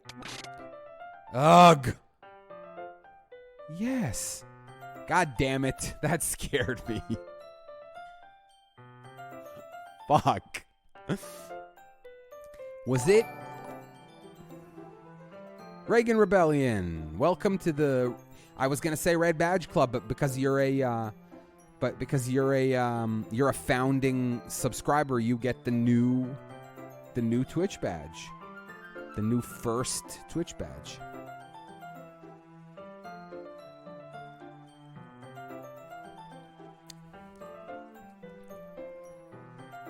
And yes, obviously, thank you for the sub. By the way, when she glitched out like that, did you notice that it looked like we saw her true form or something like that?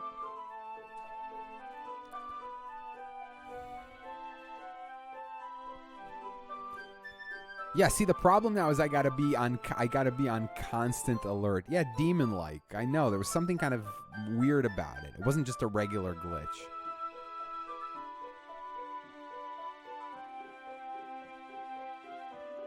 I think they're like joking about that. Mighty Eskimo. I think that's a reference to that. To the old first forum posts. Or like commenter posts. Yeah, on break.com. Fucking break.com. I forgot about break.com.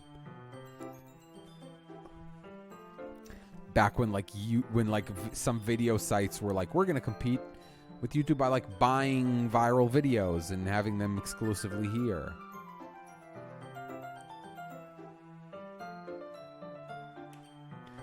I mean, you don't have to, but what are you saying? Let me just get the book. Anyway, Reagan Rebellion, if you don't know what I'm playing right now, this is all going to seem very bizarre. But there's about 8 hours of setup to what we're doing right now. We don't need no stinking badges.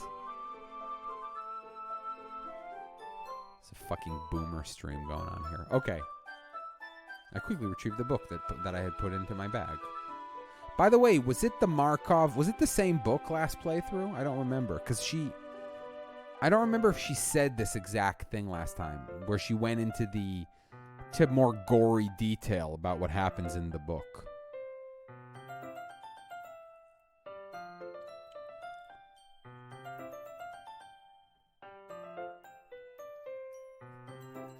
What time is it? Okay.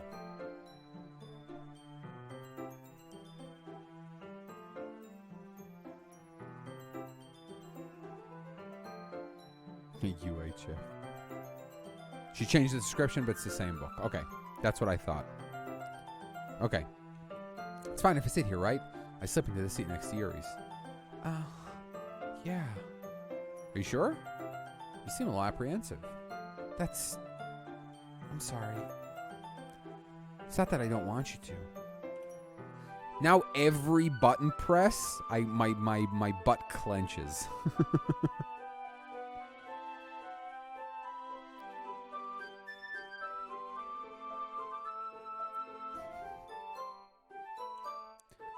That is reading in company with someone. I see. Well, just tell me if I end up distracting you or anything. All right. I open the book and start the prologue. I soon understand what Yuri means about reading in company. It's as if I can feel her presence over my shoulder as I read. It's not a particularly bad thing. Maybe a little distracting, but the feeling is somewhat comforting. Yuri in the corner of my eye. I realize she's not actually looking at her own book. I glance over. Looks like she's reading from my book instead. Sorry. I was just... Yuri, you really apologize a lot. It's something like I'm bathing in your body or something like that. What the fuck was that? The bathing in the scent of your body?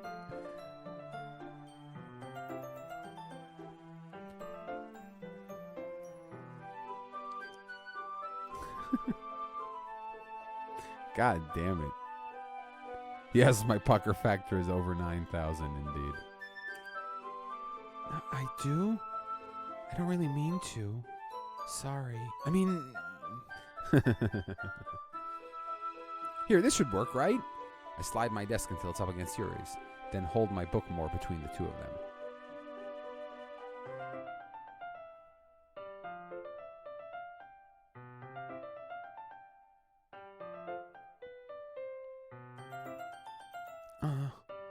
I suppose so.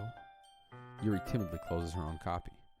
Once we each lean in a bit, our shoulders are almost touching. Feels like my left arm is in the way, but instead I use my right hand to hold the book open. No, I guess that makes it kind of difficult to turn the page. Here. Oh, here. Yuri takes her left arm and holds the left side of the book between her thumb and forefinger. I do the same with my right arm on the right side of the book. That way I turn a page and yeah, blah, blah, blah. We're huddled even closer than before. It's actually kind of distracting me. As if I can feel the warmth of Yuri's face, and she's in the corner of my vision. Are you ready? To turn the page. Oh, sorry. I think I got a bit distracted for a second. I glance over at Yuri's face again, and our eyes meet. I don't know how I'll be able to keep up with her. Oh, that's okay. You're not as used to reading, right? I don't mind being patient if it takes you a bit longer. As I was explaining last time, this is a very Japanese thing. Like, it's not... I mean, it would happen with, like, English. But not necessarily... Like, you wouldn't in English... You wouldn't say to someone, you're not used to reading a lot, so you read slow. That's a kanji thing. That's like... people who are not used to reading kanji will read, like, markedly slower than people who aren't. But again, this game isn't Japanese, so it's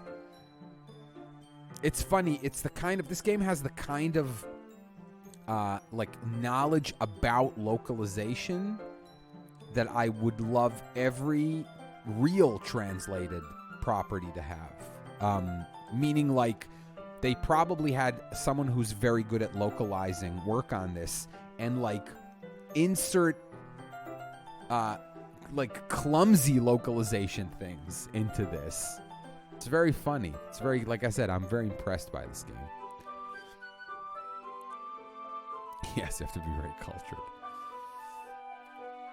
It's probably the least I can do, since you've been patient with me. Yeah, thanks. We continue reading. Yuri no longer asks me if I'm ready to turn the page. Instead, I just assume she finished the pages before me, so I turn it by my own volition. We continue the first chapter in silence, even though turning each page almost feels like an intimate exchange. My thumb gently, yeah, blah, blah, blah, we read this before. Hey, Yuri, this might be a silly thought, but this main character kind of reminds me of you a little bit. No, I don't relate to this character at all. Definitely not. Really? I was just thinking the way she second guesses things she says and all that. That's what you were talking about. Uh-oh. So this character is like a psycho chick by the end. Sorry. I thought you meant something else about her. Something else? Never mind. Look at her face. She has like a derp face on. We didn't even get that far yet, so I don't know why that came into my head. Yuri, are you feeling all right? Yuri's been a little fidgety ever since we started reading. Gee, I wonder why. You can rest if you're feeling sick or something. Your breathing is a little... Light breathing? Yuri puts her hand over her chest, as if to feel her heartbeat. I didn't even notice. Anyway, I'm fine. I just need some water. All right, don't push yourself. Yuri stands up and practically rushes out of the classroom. What on earth was that about? Neon? Did something just happen just now? Huh? I have no idea. Yuri was acting a little strange, I guess. So you don't know anything? Sorry, I can't say I do. Are you worried about her? Oh no, not really.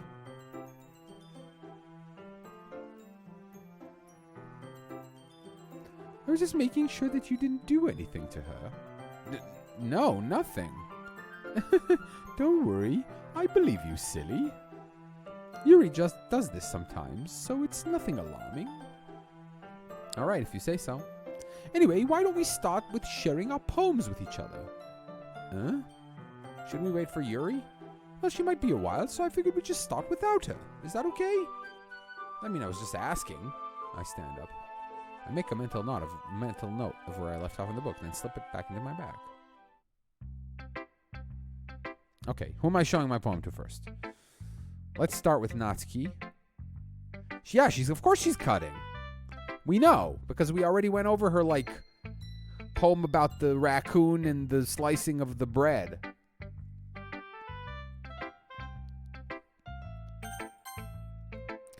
I told Natsuki I was interested in her poems yesterday. It's probably only fair if I shared mine with her first.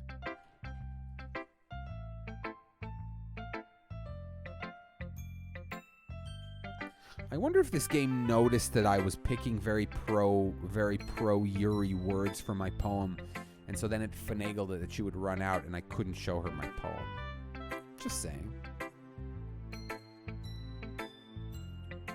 Well, it's about what I expected from someone like you. That's a little blunt. Well, excuse me. It's not like I said it was bad. It just didn't evoke any emotions. So basically, it's not cute enough for your tastes? You want to get smacked? I'll pass. Well, anyway, I guess I need to show you mine. Yeah, exactly. That was the reference. Oh my god, man. I love that you're recognizing all of my references.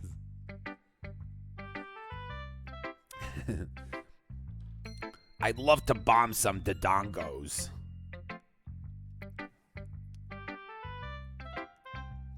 Hey, Krendler Nation. Not that you'll like it. Oh, okay, we know this about. Okay, so it's gonna be the same poems? Do you want me to read it again? In her voice? Eagles can fly. Monkeys can climb. Crickets can leap. Horses can race. Owls can seek. Cheetahs can run. Eagles can fly. People can try. But that's about it. It's a good poem. Yeah. I told you that you weren't gonna like it.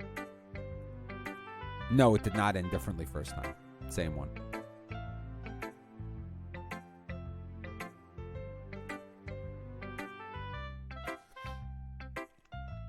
I like it. What? Just be honest. I am. Why are you so convinced that I wouldn't like it? Well, because everyone in high school thinks that writing has to be all sophisticated and stuff. So people don't even take my writing seriously.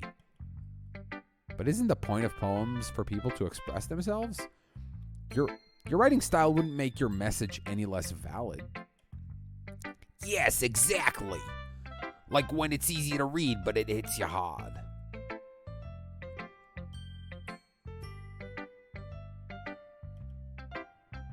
Like in this poem. Seeing everyone around you do great things can be really disheartening. So I decided to write about it. Yeah, I understand. But the other nice thing about simple writing is that it puts more weight on the wordplay. Like I set up for a rhyme at the end, but then make it fall flat on purpose. It helps bring out the feelings in the last line. So you did. I guess more went into it than I realized. That's what it means to be a pro. I'm glad you learned something. You're welcome. You're welcome. Didn't expect that from the youngest one here, did ya? Exactly. Rose Tico was an amazing character. The reason Admiral Holdo didn't tell him about the plan was because she was the superior. You can't just ask, you're in the military. She's a union boss down at the docks. Yes. No, she's like an old waitress at a 50s diner. Yeah, honey. I've seen them all.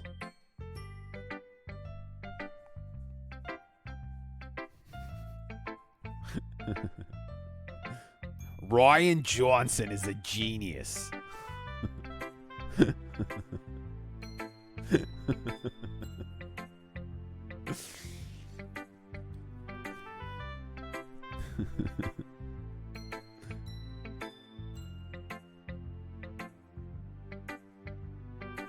All right. Yeah, I guess not.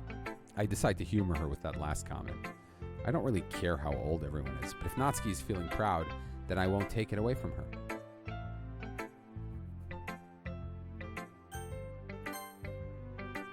Here come the glitches. Hi, Neon. Having a good time so far? Yeah. Good. Glad to hear it. By the way, since you're new and everything, if you ever have suggestions for the club, like new activities or things we can do better, I'm always listening. Yeah, a lot of Hun. Exactly. How you doing, sweetheart?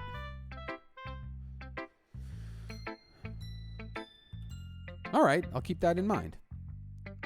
Of course I'll be afraid to bring things up. I'm much better off just going with the flow until I'm more settled in. yes. It's been very glitchy around here lately.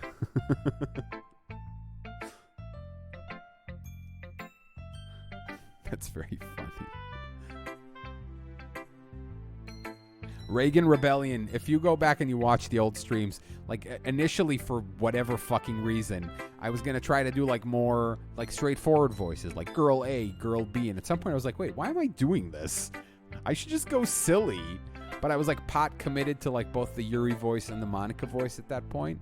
The Sayori voice, which you don't know because she's dead, was just a regular. It was like, hi, Neon. I'm dead now. I've been erased from reality. That was what the Sayori voice sounded like. Monica is always listening. She's dead.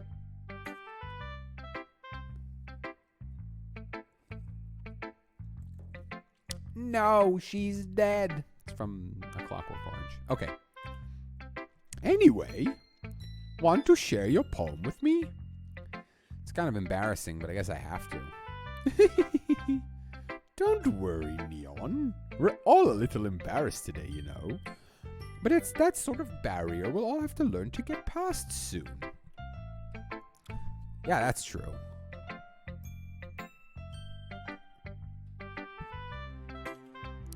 I hand Monica my poem. Great job, Neon. I was going ooh in my head while reading it. It's really metaphorical. I'm not sure why, but I didn't expect you to go for something so deep. I guess I underestimated you. It's easiest for me to keep everyone's expectations low. That way, it always counts when I put in some effort. That's not very fair. Oh, hey, Spartan1175. Welcome to the first Founders sub group. Is this a dating sim? Oh, boy. Oh, boy. This is a fake dating sim that's actually an incredibly fucked up game. And I really recommend that you go watch the 2 streams that I did of this before, but expect the unexpected when playing this. Like I said before you weren't here, this game freaked me out for the first time in my adult life. A game freaked me out. I'll put it this way.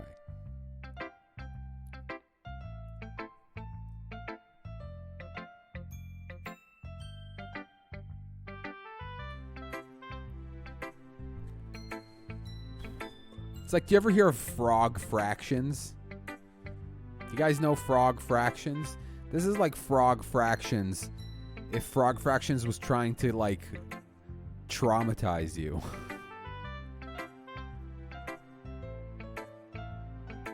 No, this isn't. I'm just saying it's like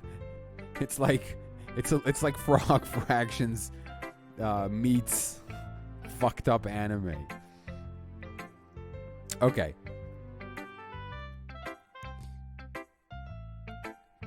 You know that Yuri likes this kind of writing, right? Writing that's full of imagery and symbolism?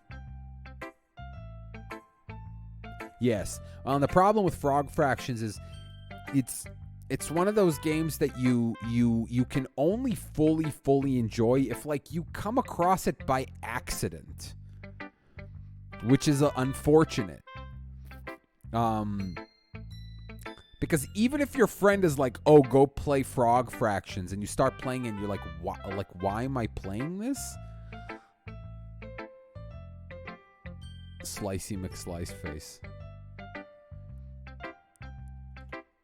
Sometimes I feel like Yuri's mind is just totally detached from reality. Oh no, she says that with a worried face on. Yeah, Pre-Rex episode on it was very good.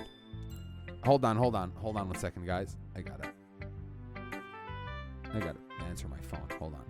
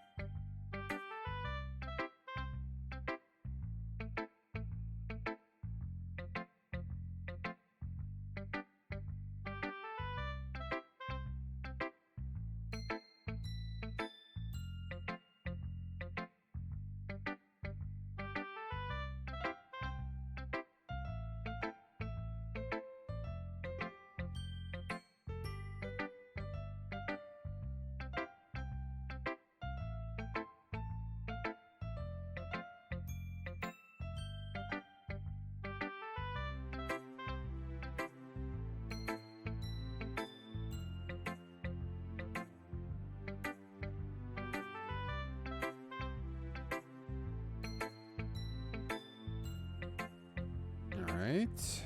Hold on, let me just tweet this again.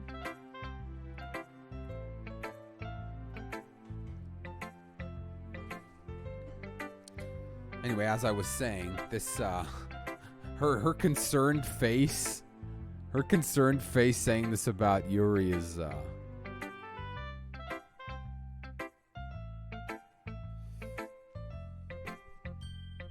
yeah, but like I said, the one downside to Frog Fractions is that you really only experience it fully if you like come across it by accident. I don't mean that like it's a bad thing though, but sometimes I get the impression that she's just totally given up on people. She spends so much time in her own head, and it's probably a much more interesting place for her. But that's why she gets so happy when you treat her with a lot of kindness. I don't think she's used to being indulged like that. She must be really starved for social interaction, so don't blame her for coming on a little strongly. Like earlier. I think if she gets too stimulated, she ends up withdrawing and looking for alone time. Suddenly, the door opens. Yuri! I'm back. Did I miss anything? Not really. Well, we all started sharing our poems with each other. Eh? Already? I'm sorry for being late. No need to apologize. We still have plenty of time, so I'm more glad that you took all the time you needed. All right. Thanks, Monica. I suppose I should get my poem now. Anyway, do you want to read my poem now?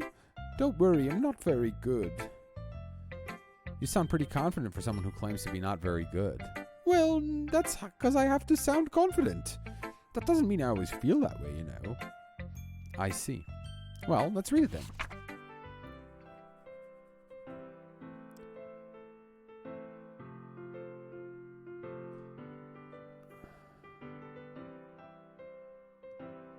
Wait. Wait. This isn't the same poem. This isn't the same poem. Natsuki's poem was the same poem. Hers was there was something similar. Yeah, it looks like a continuation because it starts with the word but. Because it was about a hole, obviously. Okay.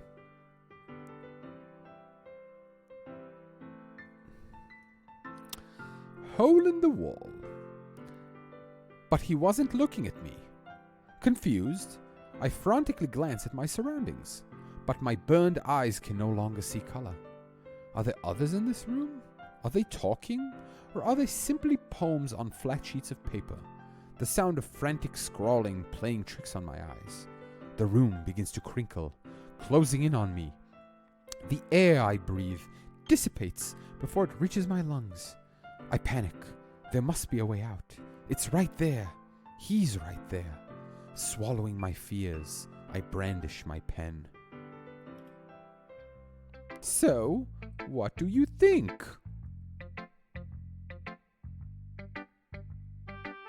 What? What's HBCBAOTTCTIIS? Oh, it was the acrostic? Was that the acrostic? Yeah. It just occurred. Yes. Yes, otherwise known as an acrostic. You learn something new every day. It's a word for that thing. Okay. It's weird that it's called an acrostic, even though it goes like down. It should be called the downstick. A downick. A downtick. Anyway. It's very free-form, if that's what you call it. Sorry, I'm not really the right person to ask for feedback. It's funny, you react in the exact same way that you reacted the first playthrough, even though it's not the same poem. Yeah, it's okay. Yeah, that kind of style has gotten pretty popular nowadays. That is, a lot of poems have been putting emphasis on the timing between words and lines. System of a downstick.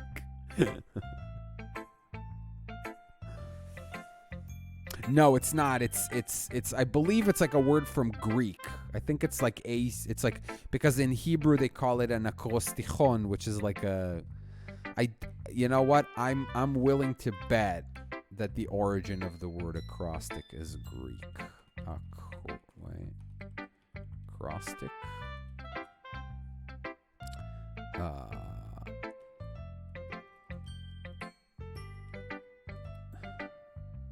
Aw, shit. Aw, shit. Somebody nailed it. Somebody nailed it, and that someone is me.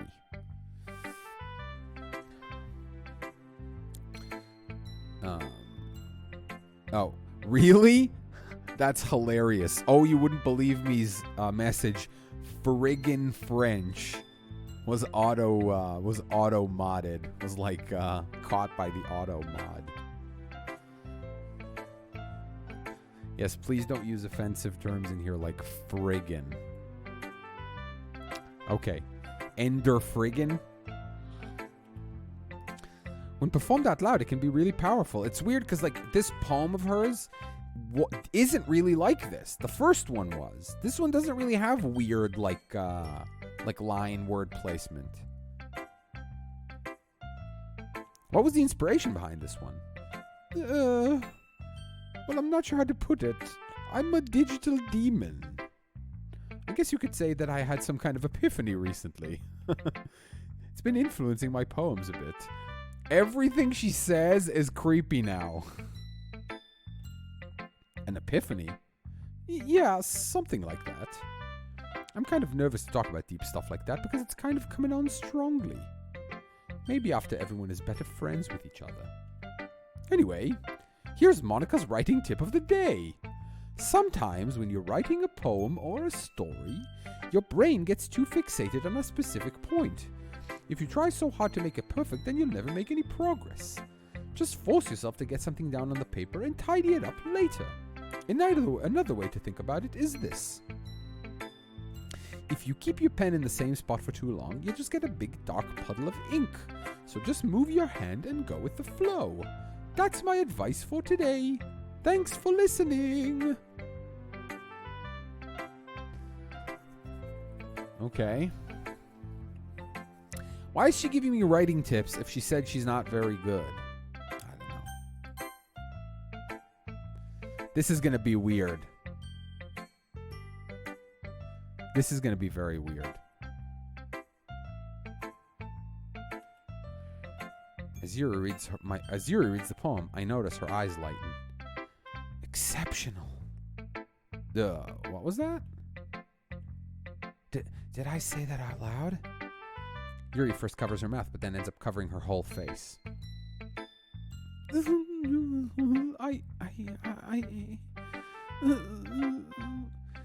going to hate me. You really didn't do anything wrong, Yuri. I guess you're right. What am I getting so nervous for? Yuri takes a breath. So, what kind of writing experience do you have?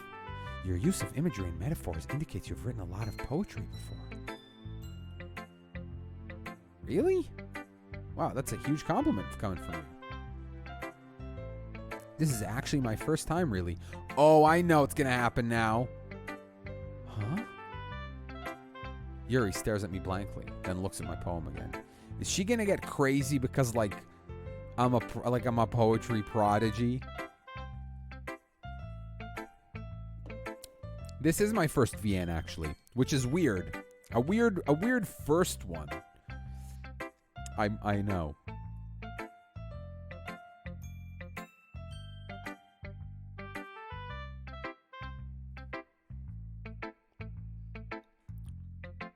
I kind of want to read Steins Gate, but I already know a lot of it, so I'm not sure if it'll be the best one.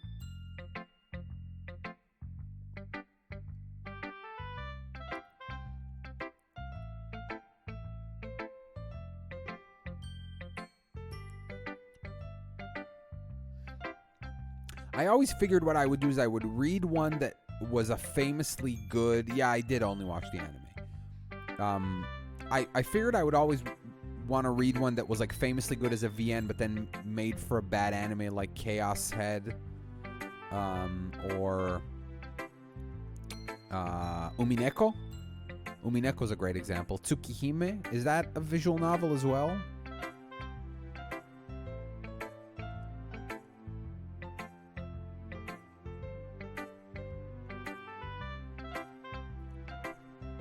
Because, you know, there's the whole meme about them. You know? I don't know that one. You don't know, apparently.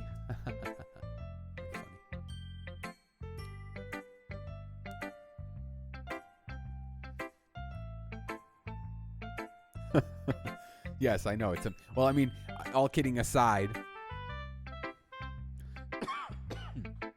all kidding aside...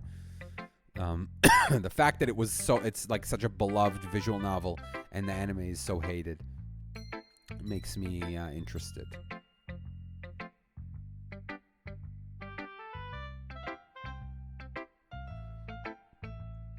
It's not neko like that. Umineko means seagull. It's not neko like cat. Well, I mean it is, because umineko means a sea cat, literally. So like, you know how they say like that in New York they say pigeons are flying rats. Umineko means like sea cat, like the cats of the sea. The seagulls are the cats of the sea. And it is a sister.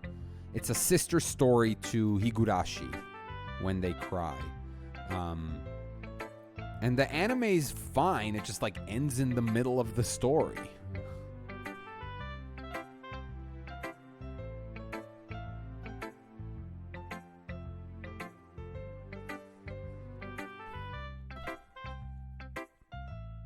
Yes, they decided instead of just picking one route and doing it, we're going to do all of the routes, because why not? I love it. I own the box set of it. I thought the first season was, it's very rough around the edges. But Kai, the second season is truly, truly great, I thought. And really kind of wraps up the story well. And then Ray has like 2 good episodes and then 3 like, the girls go shopping episodes.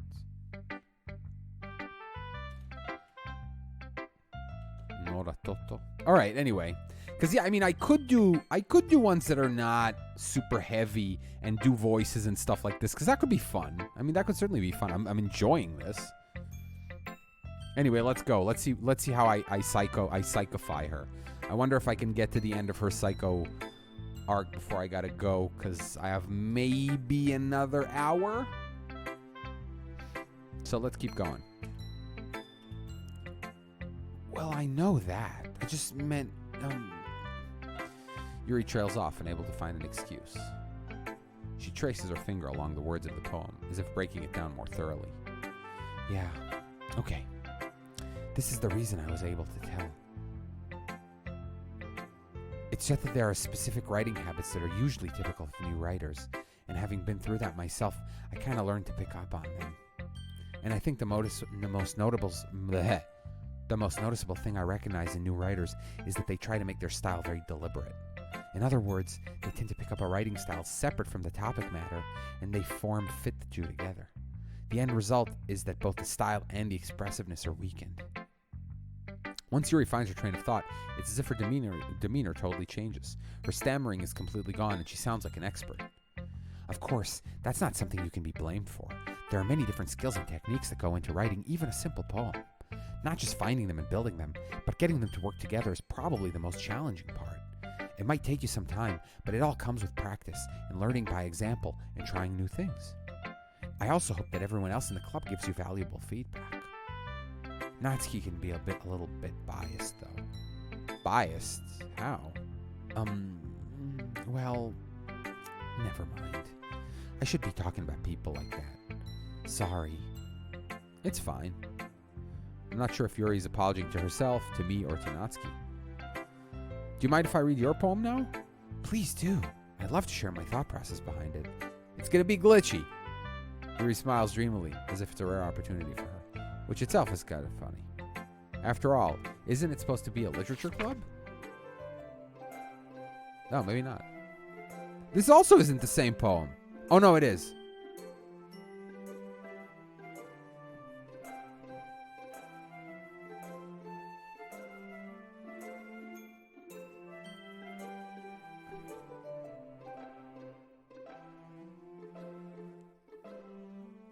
Is it?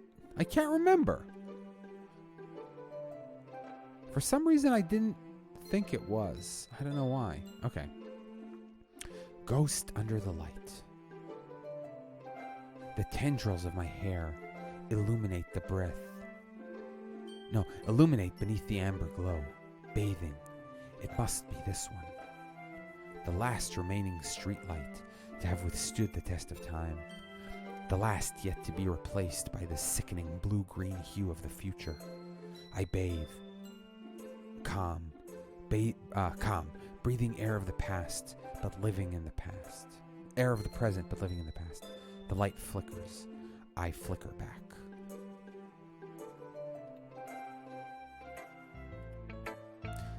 I'm sorry I have such terrible handwriting. I guess she agrees with you, Mape359.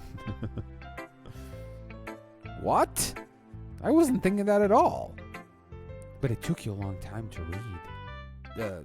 Well, I just don't read script very often. I actually think your handwriting is pretty. Huh? That's a relief. Also, I like the poem. Even though it's short, it was really descriptive. It wasn't too short? I usually write longer poems. Nah, not at all. I'm really glad you like it. I'll be honest, since our first time sharing, I wanted to write something a little more mild. Something easy to digest, I suppose. Are you into ghosts, Yuri? Actually, the story isn't about a ghost at all, Neon. Really? I must have totally missed the point. Well, I suppose you did only glance over it after all. Didn't she say it took a long time to read it? But remember that poets express their own thoughts, feelings, and experiences in their work. They usually do more than tell a simple story or paint a picture. In this case, perhaps the subject of the poem is only being symbolically compared to a ghost. You know, the Yuri voice is actually hard for me to do for a long time. And she's very chatty. It's actually easier for me to do the Natsuki voice than the Yuri voice, believe it or not. For some reason, the Natsuki voice is less taxing on me because of how I do it. Yeah, glitch probably coming, I know. Lingering in the last place of comfort, unable to let go of the past, and soon to be left with nothing. That's a lot more solemn, putting it that way. I hadn't even thought of that. That's impressive. Huh? It's nothing, really. Yours was impressive, too, so... Nah. If anything, I could probably learn a thing or two from you. You think so? Hey, Yoko. How was your nap? How was your nap?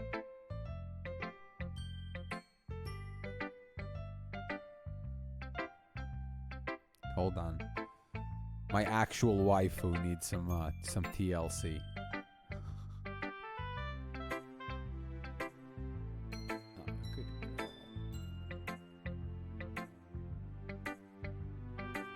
She seems to want more cuddles lately, which, trust me, I'm not complaining about.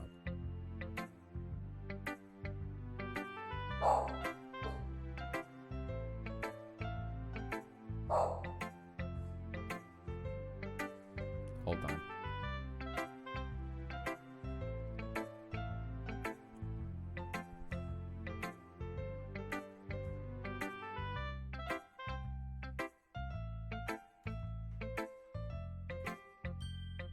You done?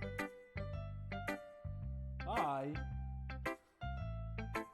She does those head tilts. I can't even fucking handle those. Why are those so cute? Can somebody explain to me why it's so cute when a dog tilts its head like that?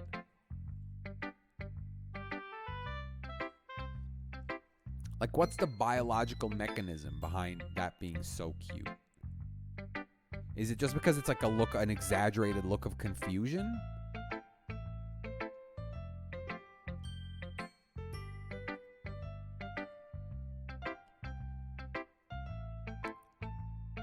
You think so?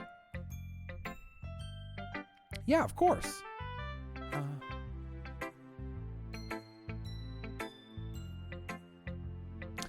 So Admiral Crisp, Yoko does that with weird sounds, but she also does it if I say something in that rising tone to her. Like asking her if she wants something or saying like, hi. She'll do the little tilt. So she does it a lot.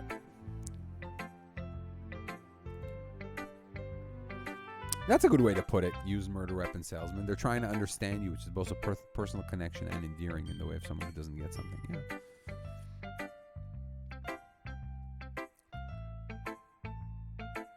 Yes, his master's voice, yeah. She did a thing, there was a fire engine that was going by us with the sirens blaring, and there was like traffic, so it couldn't really get by us quickly, so it was kind of lingering around us, and she started howling in response to it, but not like in a distressed way, because she'll do that when the fire alarm here goes off. She'll howl, but be distressed. Outside, she wasn't distressed. She was just like howling along with it. Super adorable. Okay, let's keep going. I was really nervous about doing all this, but in the end, I enjoyed it. I'm going to keep doing my best for you, Neon. Me too. Whew. I guess that's everyone. I glance around the room. I guess there's nobody left. Nobody else exists in this club. It's just us. Glitch. That big red dog is howling. And her howling is really cute. I mean, all dog howling is cute, I think. But it's not a whine. It's like literally like a wolf howl. Like, very cute. This was a little more stressful than I anticipated. It's as if everyone is judging me for my mediocre writing abilities. Even if they're just being nice, there's no way my poems can stand up to this. This is a literature club after all. Sigh. I guess that's what I needed. I guess that's what I ended up getting myself into. Across the room, Monika's writing something in her notebook. My eyes land on Yuri and Natsuki. They gingerly exchange sheets of paper, sharing their respective poems. As they read in tandem, I watch each of their expressions change. Natsuki's eyebrows furrow in frustration. Meanwhile, Yuri smiles sadly. What's with this language? Huh? Did you say something? Oh, it's nothing. Natsuki dismissively returns the poem to the desk with one hand. Slap. I guess you could say it's fancy. Thanks. Yours is cute. Cute? Did you completely miss the symbolism or something? It's clearly about the feeling of giving up. How can that be cute? I know that. I just meant the language, I guess. I was trying to say something nice. You mean you have to try that hard to come up with something nice to say? Thanks, but it really didn't come out nice at all. Well, I do have a couple of suggestions. If I was looking for suggestions, I would have asked someone who actually liked it. Which people did, by the way.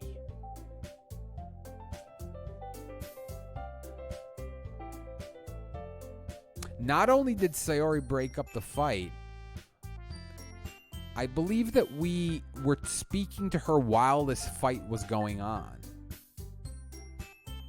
Oh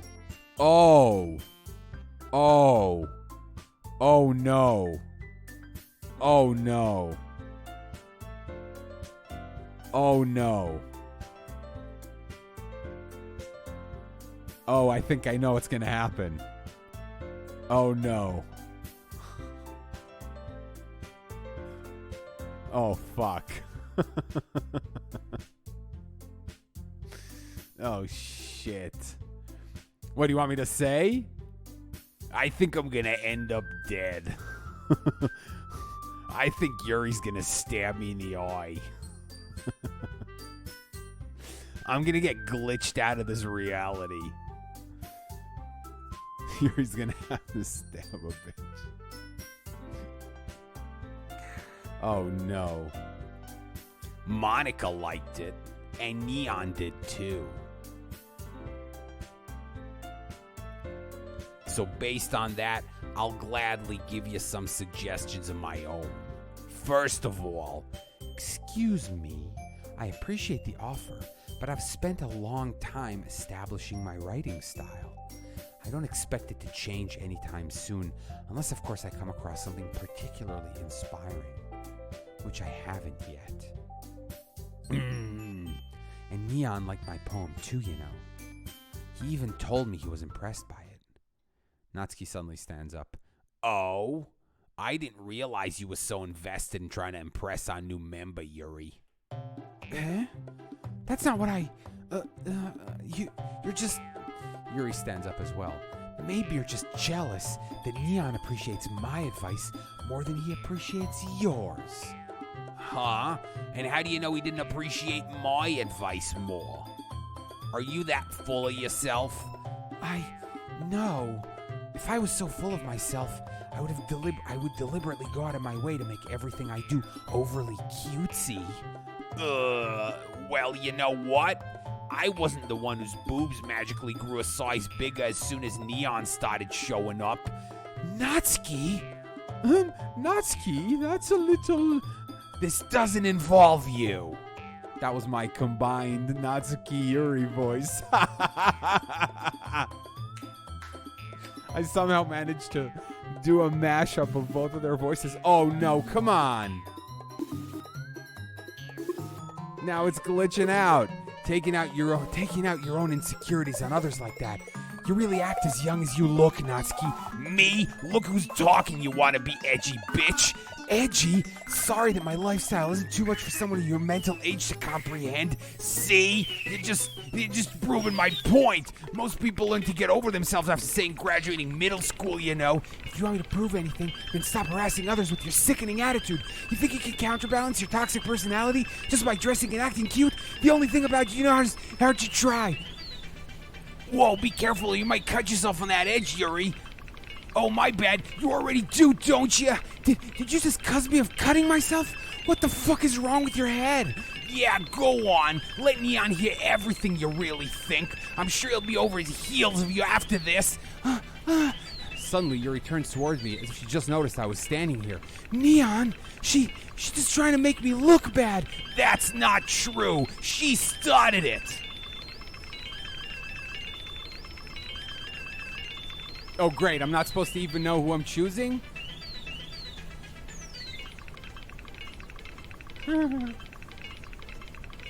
And scene. Fuck, I was stumbling over some of that dialogue because I was trying to read it super fast. But that was pretty funny.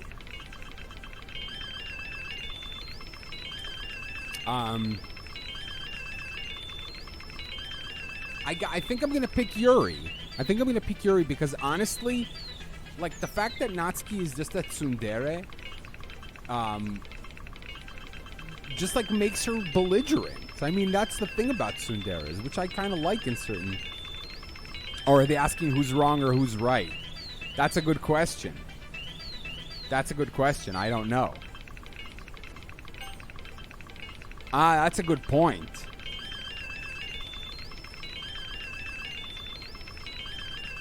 Fuck.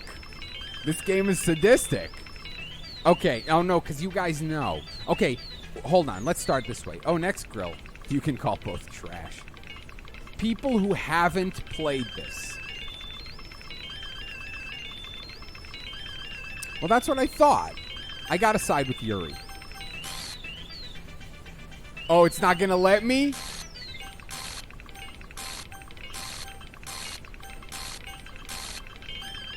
Ha! Amazing. Okay, that was fucking creepy. Hey, Neon. Why don't we step outside for a little bit, okay? What the fuck, man? Now, let me explain something. Can we just go back to the beginning of this stream for a second?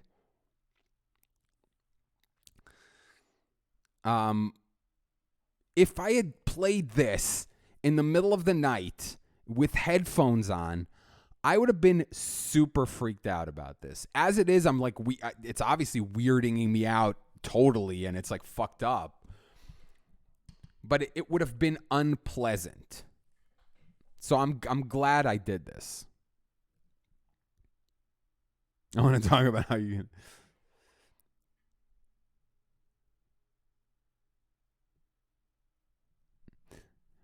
See, Admiral Crisp, to each their own, right? I get it. I totally get it.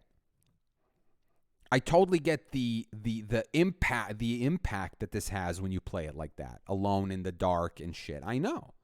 That's why people play VR horror games, which I cannot. I simply cannot.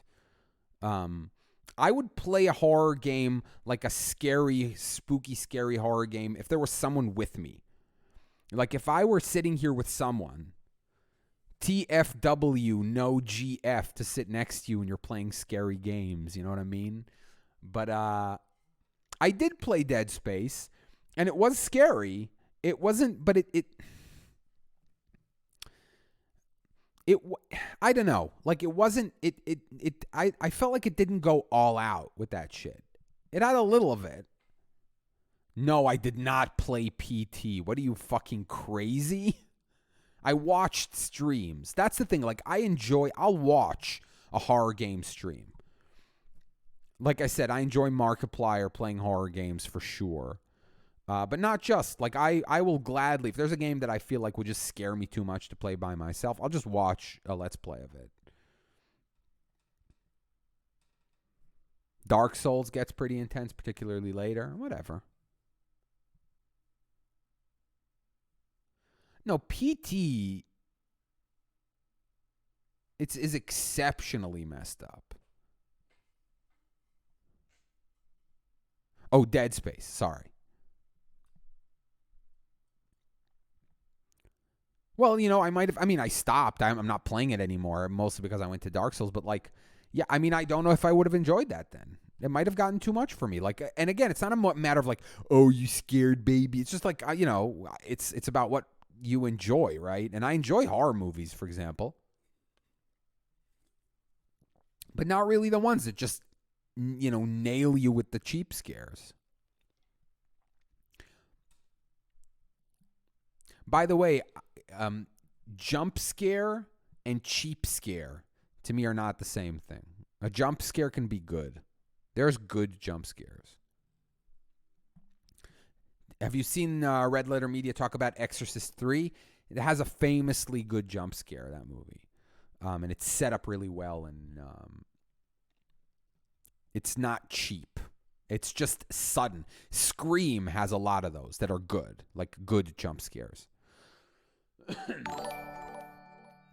Arcane M3F, welcome back 2 months in a row. Okay, let's keep going. So wait, so that was in universe. So okay, so that fight, that escalating fight,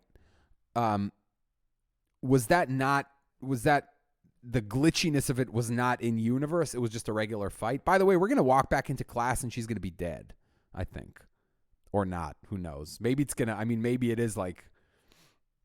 Yes, the nurse one in Exorcist 3. That is correct.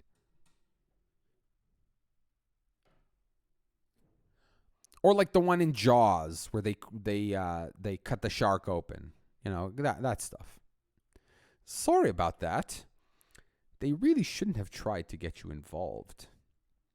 It's probably better for us to stay out of this. We'll go back inside once they're done yelling.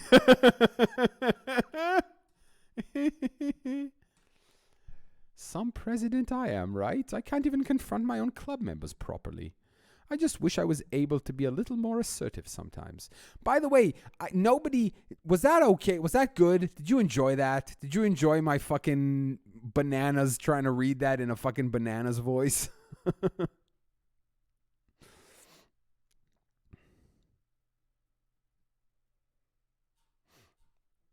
I enjoyed that. I thoroughly enjoyed that.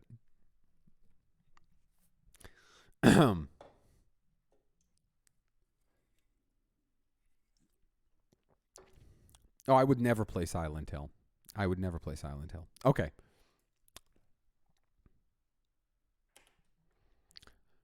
But I never have it in me to put my foot down against others.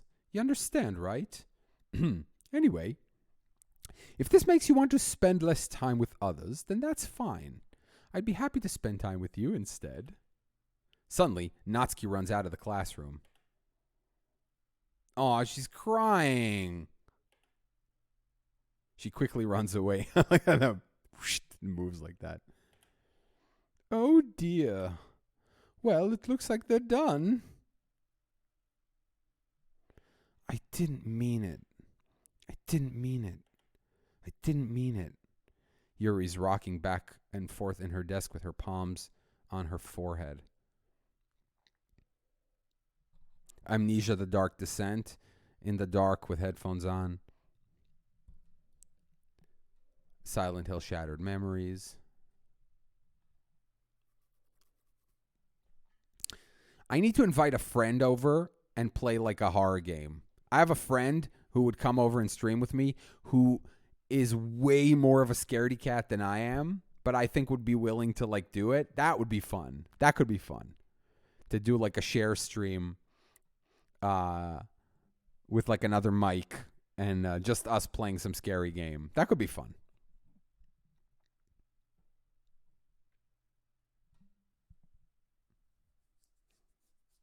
Like, I don't know, what are some newer scary games that are good? Man of Medan? No, fuck that game. It's so bad. Okay, Yuri's rocking back and forth with her palms on her forehead. Yuri? I didn't mean it. I believe you. I have no idea what Yuri might have said to Natsuki. Or did. Oh, did she do something to her? Oh, Blair Witch. Nah, I was watching. I actually watched Mark's stream of it.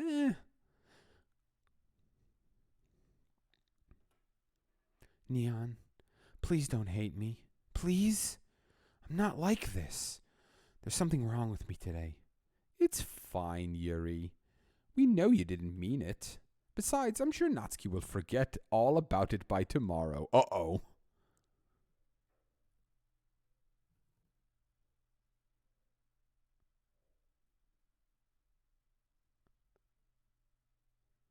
Oh, Layer of Fear, sure.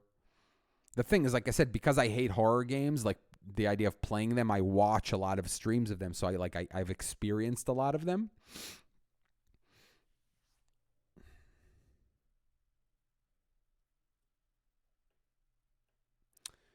Completely. Oh no, oh no, oh no. Anyway, the meeting is over, so you can go home now if you want. Natsuki's gonna be dead. Corpse Party VN. Yuri looks at me like she wants to say something, but she keeps glancing at Monica. You can go first, Monica. I'd like to stay a little bit longer. I'm the president, so I should be the last one out. I'll wait for you to be done. Well, I'm vice president, so please let me take that responsibility today. Kind of sounds like you don't want me around for something, Yuri. It's not that. It's not that. I didn't get much of a chance to discuss my book with Neon. It would just be embarrassing with you listening. I guess I don't really have a choice, do I? I'm sorry for causing trouble. Oh, fucking hell. She glitched us to this. Oh my god. That's amazing. Fucking Monica somehow like skipped us over that scene.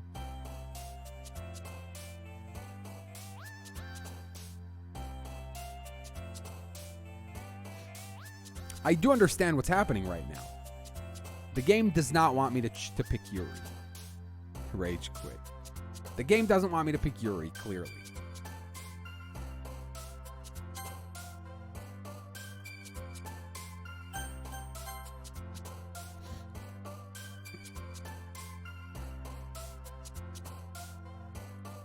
I think I watched a little bit of Corpse Party, the anime. Am I sure? I'm not. Of course, I'm not sure.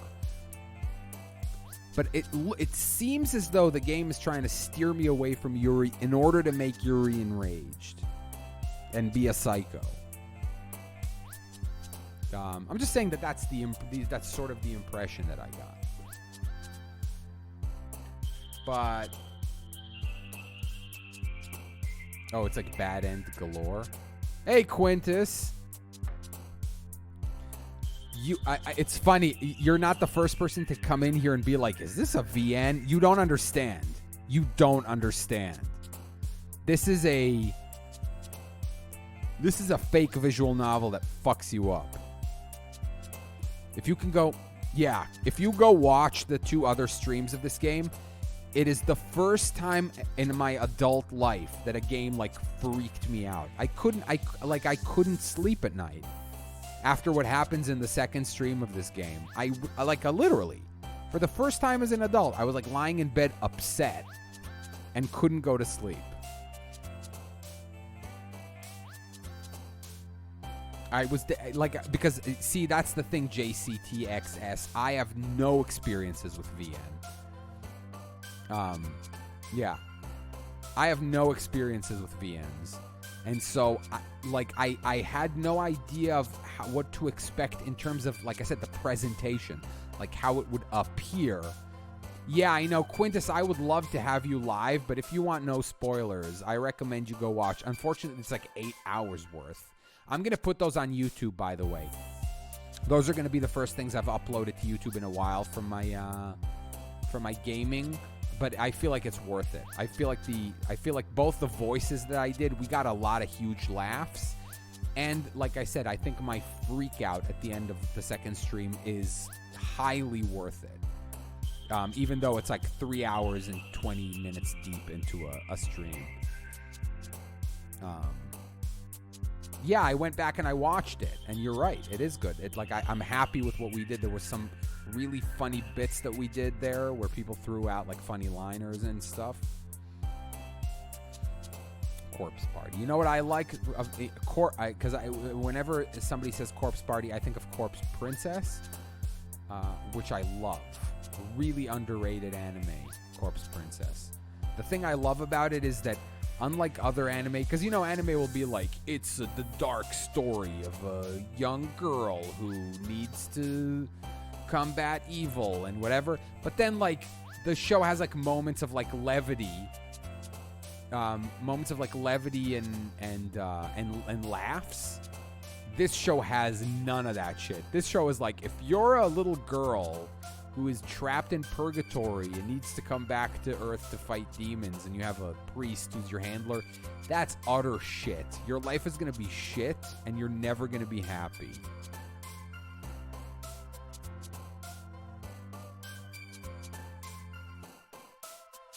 Well, I'm saying it's all stylistic.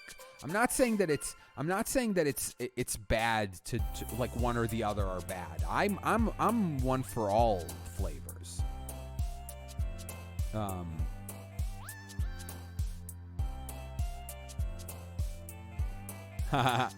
Cool, man. Thanks for stopping by.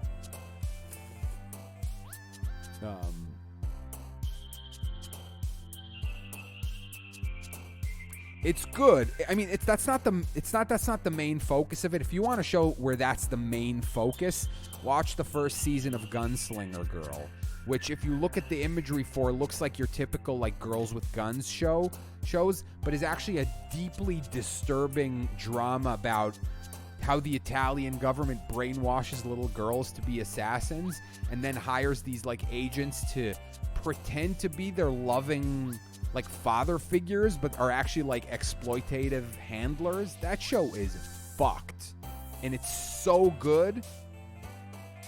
It also has like, it's beautiful too. It's like one of the best looking shows I think I've ever seen.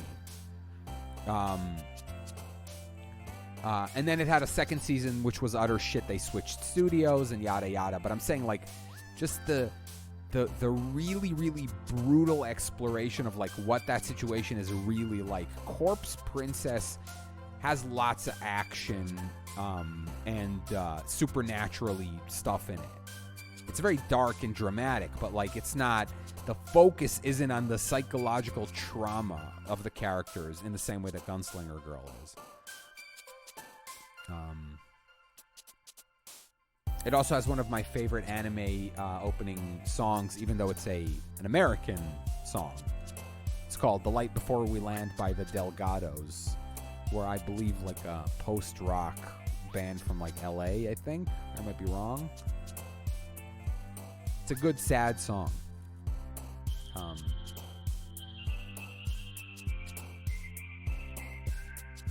But yeah, I mean, I guess my point is I like genre-breaking shit.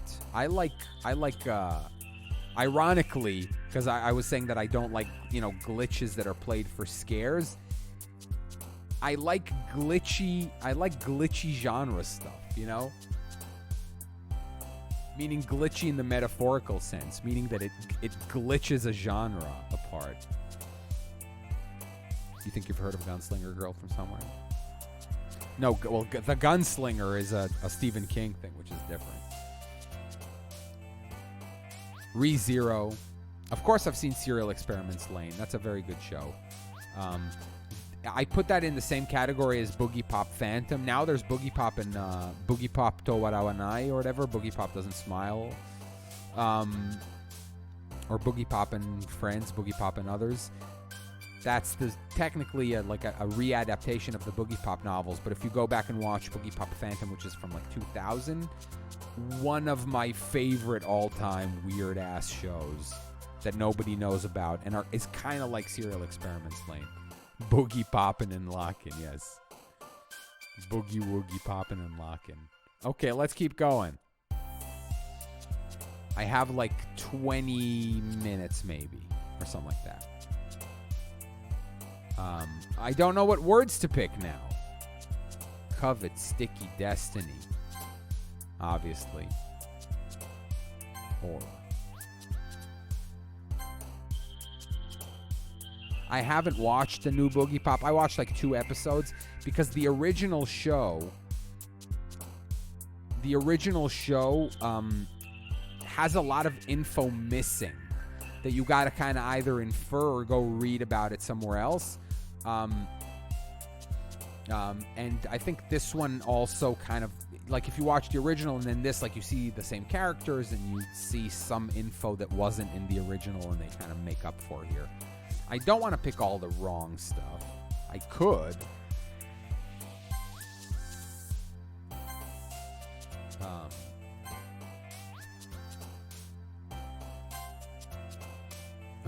Graveyard.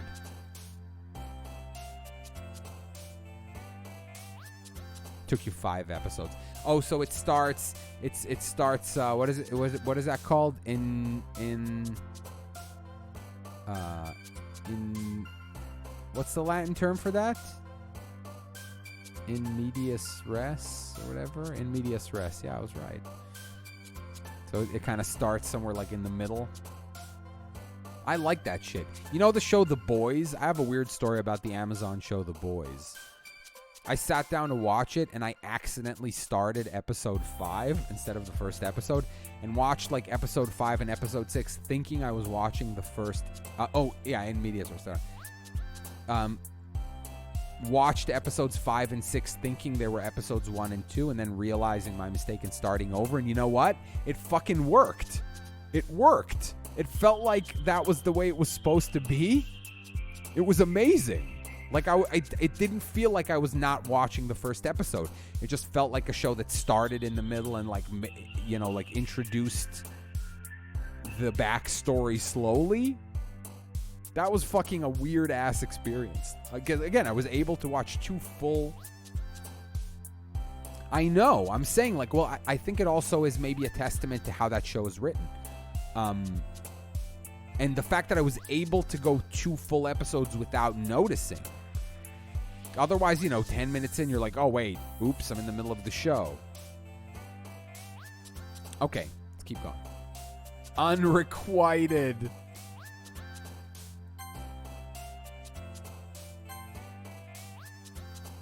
Marriage Massacre.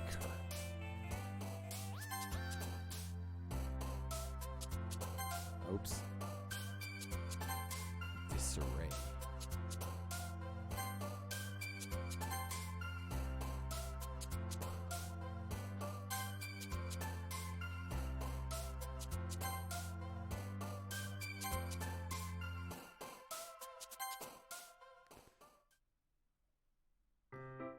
Another day passes, and it's time for the club meeting already. Hold on, I gotta... 1 second, guys.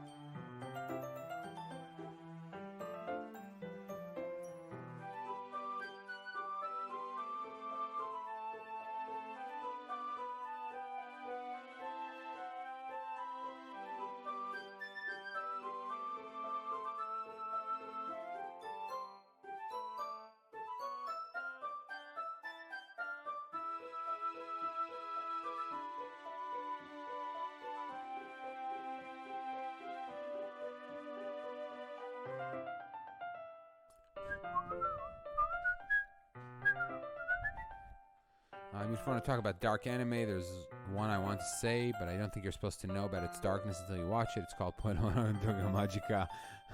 Really? Are you... Wait, are you trolling? Is Pastel Poofy trolling?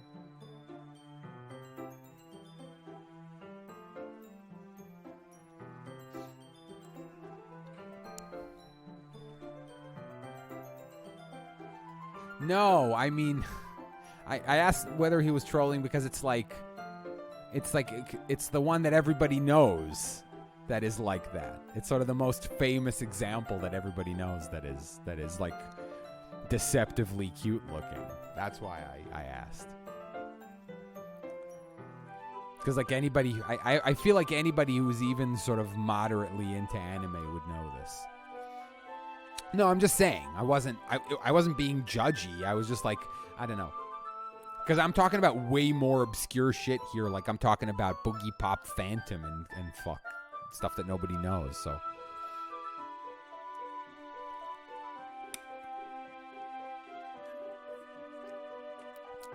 Yup, it did. And then other shows did that too.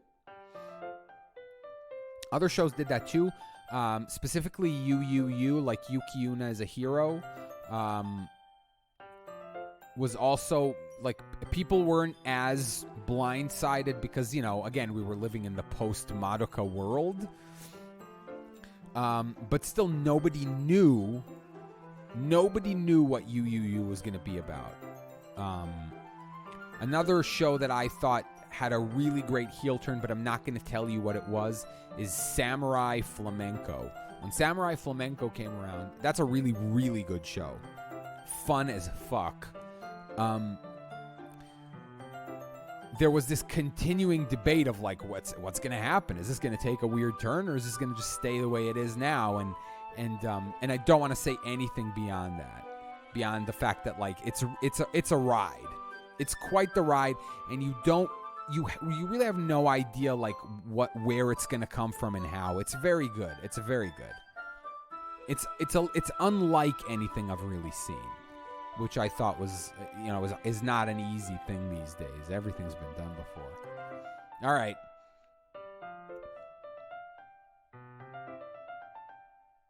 Yeah, ReZero was not generic isekai at all. It was way... But, again, there's lots of shows like that. Like Bokumachi. Is it wrong to meet girls in a dungeon, or whatever his title for it is way better than a show like that has any right to be. It's very ecchi, you got the whole Hestia with the fucking boob ribbon or whatever. But it's a show with... Oh, Danmachi, not Bokumachi. Bokumachi is a different one. Danmachi. The one with... It has so much heart. It's like a legitimately good show. But the only thing that survives from it is the fucking boob ribbon. It's the Hestia boob ribbon. Okay. Let's do some more.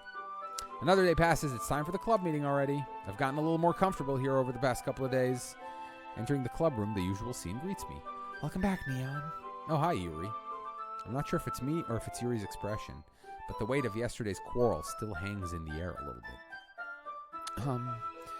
Yuri glances over her shoulder, looking around the room. Natsuki is reading manga at a desk.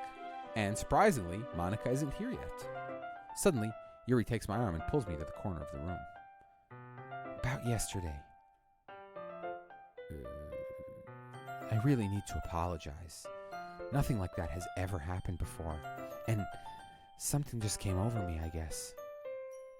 I wasn't acting mentally sound. Please don't think we're usually like this. Not just me, but Natsuki as well. Yuri, I'm happy that you were considerate and apologized. You don't have to worry too much. Even though I've only been here a couple of days, I could tell something was off yesterday. Maybe we're just a little extra sensitive because it was our first time sharing poems. But whatever it was, it didn't make me think any less of you. I had already decided that there's no way you can be a bad person. And now that you're apologizing, I know you really didn't mean it. Neon, don't say those kinds of things so frankly. They make me a little too happy. I'm really glad that you're such an understanding person, and I'm really glad that you've joined this club. everything's a little bit brighter around you, and sorry, what am I saying right now?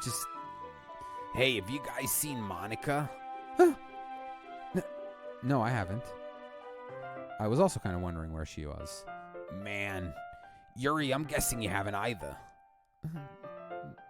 Yuri's clearly taken aback by how calmly Natsuki is addressing her. See, Monica said she wouldn't remember this.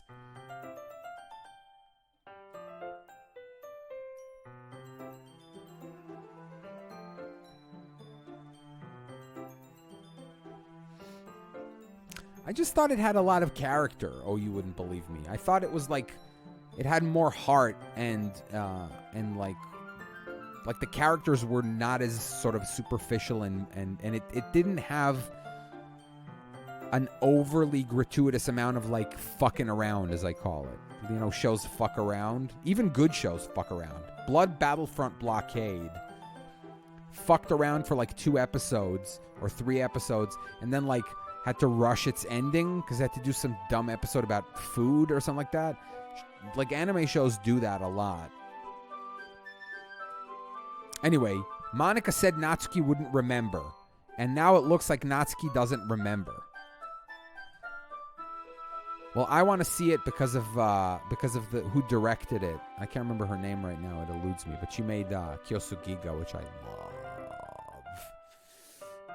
Anyway, this is turning into a weeb stream. I mean, we are doing a anime-style VN, so... Yes, I am at the second point of the game, yes. No, I haven't. Jeez, this isn't like her at all. I know it's stupid, but I can't help but worry a little bit. What? Why are you looking at me like that? Natsuki, about yesterday. I just wanted to apologize. I promise I didn't mean any of the things I said. And I'll do my best to stay under control from now on. So... Yuri, what the heck are you talking about? Did you do something yesterday? Eh? Jeez.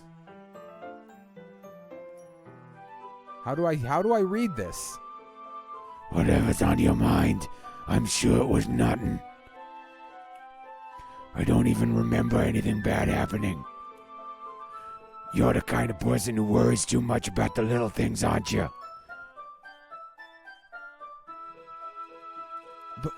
But... I'll accept your apology anyway if it helps you feel better about it.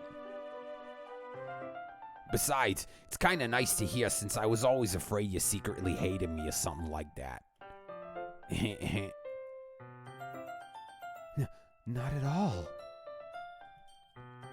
I have no idea what that voice sounded like on mic because I don't have headphones on, so I'm going to have to go listen to that later and see if it worked. I was trying to do a weird mixture between a growl and Natsuki's voice. And like speak extra close to the mic to try to kind of clip it. Welcome to Neon's voice acting lessons.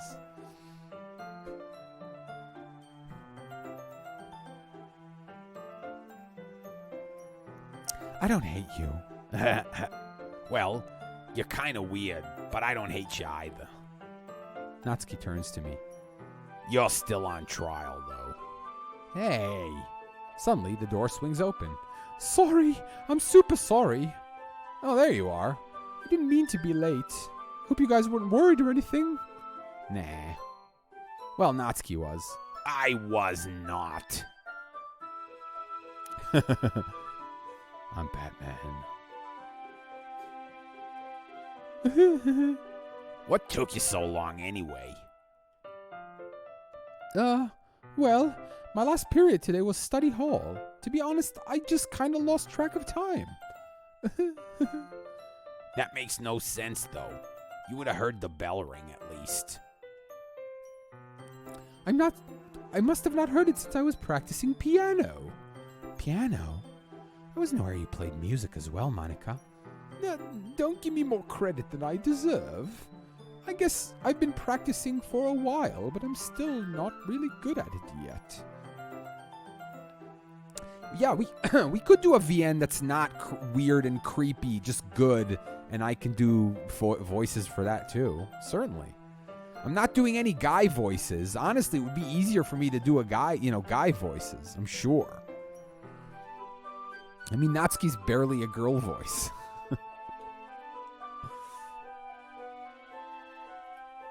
Still, that must require a lot of dedication, so I'm still impressed. Oh, well, thank you, Yuri. You should play something for us sometime. That's... Monica looks at me. Well, I am working on writing a song, but it's not quite done yet. Maybe once I get a little bit better, I will. Yeah, I know. Somehow the Natsuki voice wound up being perfect. And if you re-listen to the first stream, initially that was going to be Monica's voice. Natsuki had some temporary thing. And when we got to Monica's voice, somehow Yes, I do remember, Shia. I do remember. Because Natsuki isn't... Monica isn't resetting. Her timeline isn't resetting. She has the reading Steiner.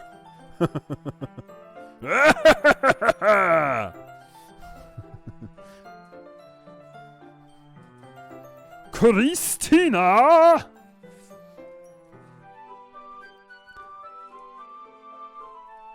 Monica's gold stare is unnerving. Yeah, especially when it was like zoomed way in before.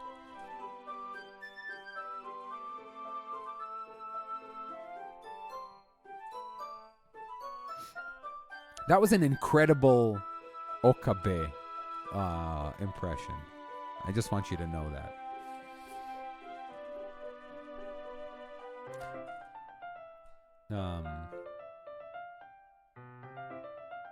Night in the woods.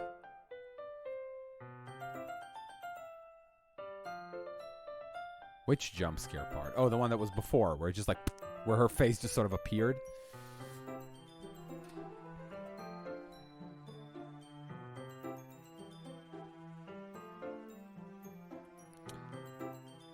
That sounds cool. I look forward to it. Is that so? In that case, I won't let you down, Neon. Monica smiles sweetly. Didn't mean any pressure or anything like that. Don't worry. I was hoping that I could share it with you anyway. I guess that's why I've been practicing so much recently. I see. I'm not sure if Monica was referring to the whole club or just me. In that case, best of luck. Thanks. So, I didn't miss anything, did I? No, not really. I chose not to bring up what the three of us talked about. Oh, wait. I choose not to bring up anything that the three of us talked about. Besides, Natsuki has already run off into the closet. Neon. Since your compliments put me in a good mood, I was wondering if you would like to spend some time together today. I mean, in the club. Yeah, definitely. I planned on it anyway. Okay. Can we start now? Let's find a place to sit. I'm being a little forceful, aren't I? I'm sorry. My heart just won't stop pounding for some reason. Don't worry about it. If anything, it's nice to see you have so much energy. Yeah, but I need to try to calm down. I won't be able to focus on reading like this. Take your time. Yuri takes a deep breath, then pulls a copy of the book out of her bag.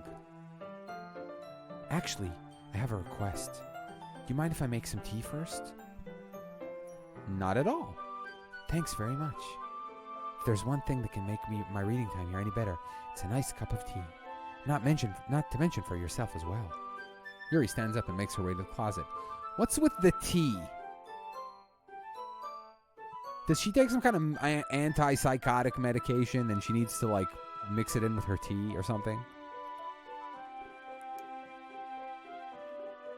Could you hold this for a second? Sure.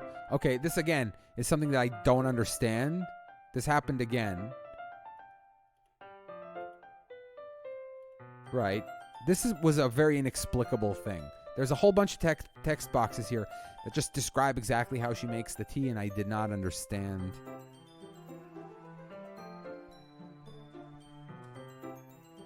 Maybe it's just her one normal hobby. I like torturing small animals, reading about serial killers, and chamomile.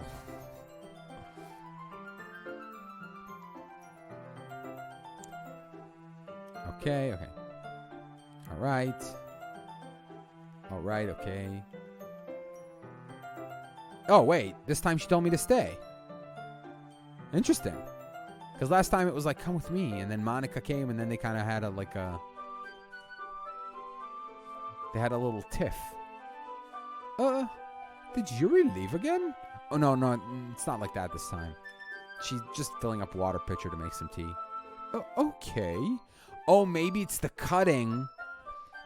Maybe she has to go get the water and that's why it's for the cutting. Yeah, obviously it's a spoiler. I get it. I understand. By the way, you know that, Game Maker's Toolkit, the YouTube channel? He made a really great point about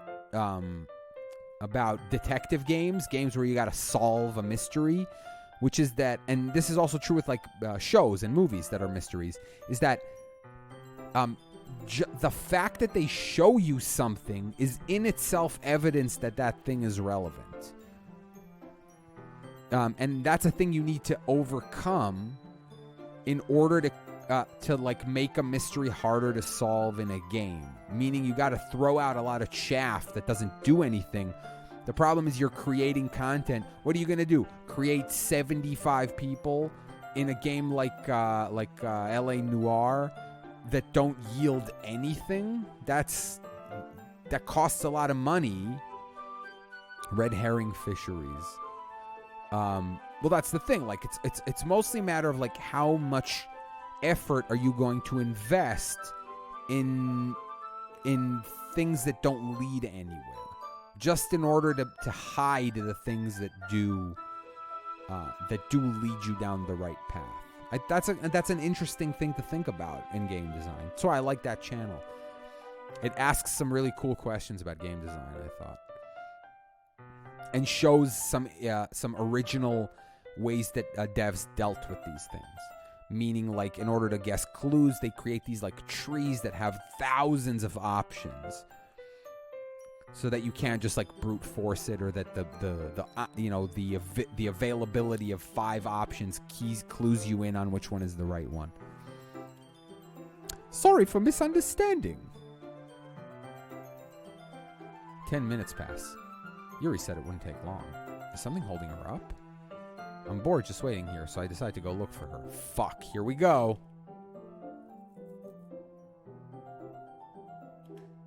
I start heading down the hallway. What's that noise? It's coming from around the corner. It sounds like breathing. Here comes the asshole clench. A sharp inhale, like someone is sucking air through their teeth. Are they in pain? I reach the corner and peer around it. Yuri? Oh, here it is.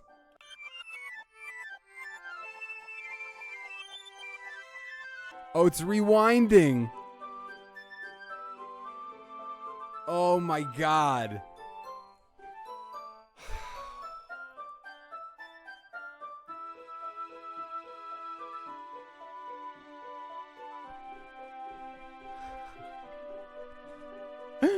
Oh, fuck, this game's so hard.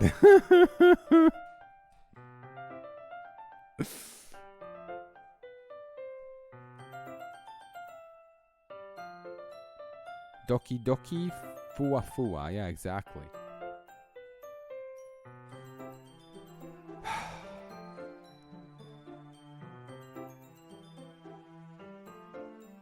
In the first round, if you date her, you accidentally cut yourself with one of her knives, and she says it cuts your skin like butter. Well, no, it did. That's what happened. Yeah. Well, we were at her house. We were at my house cutting the paper for the thing. I did do that.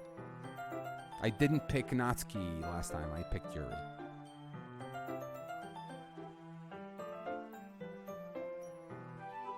Was it impressive? Let me ask you this, people who've played this. Was it impressive that the butter, the bread, the poem about the bread was that obvious to me? Or is that obvious to everybody? I'm just curious. Because I felt oh, wait, I think I got it. But if everyone got it, I'd be like, all right, that's fine. Thanks for waiting patiently. Neon, do you like oolong tea? Yeah. Anything is fine. Very well. Yuri sets the temperature on the kettle to 200 degrees.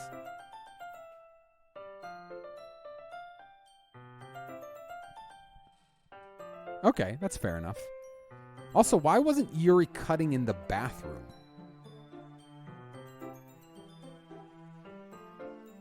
I'm way more perceptive than you.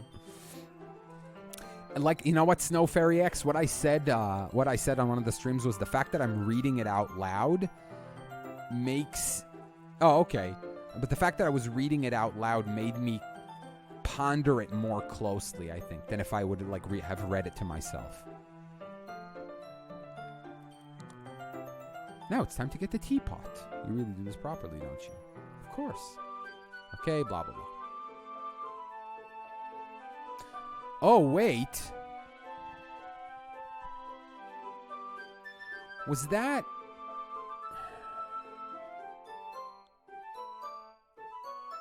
Well, no, I read it out loud because I was doing it on stream. You read books out loud to yourself? Yeah, maybe that's why streamers notice. Okay.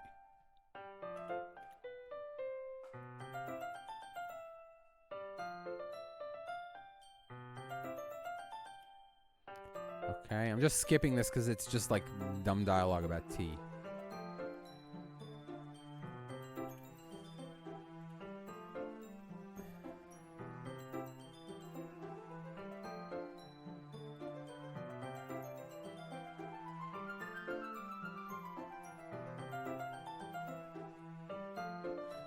Okay. All right. All right, the boobs.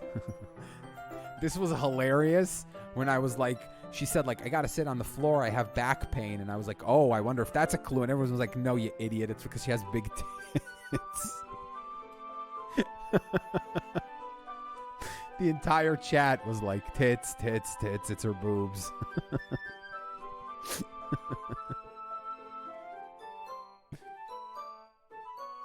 was very funny.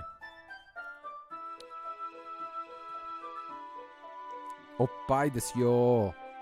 Ippai oppai is a very nice alliterative thing in Japanese. Ippai oppai.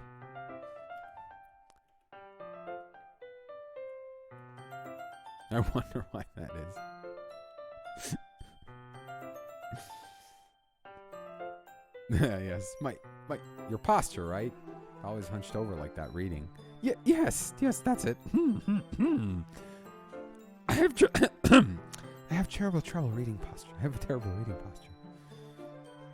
Hey, Chobit Complex. So that's why we should sit on the floor. Fair enough. I'll go ahead and get the book.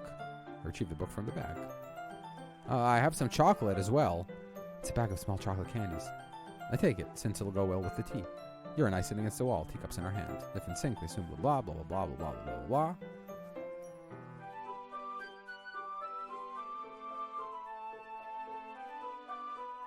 There's still some time, Yoko. Let me finish this, okay? It's a little too early for your for the thing that you're implying that you need, and I'm not going to say out loud. No, actually, you know what? She doesn't know the word walk. She knows the difference between the opposite of inside. She knows. Hey.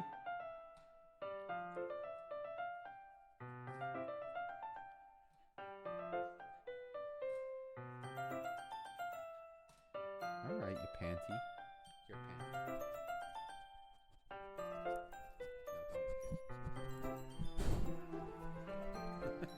He's trying to eat it. Did you hear that? Did you hear dog noises on mic?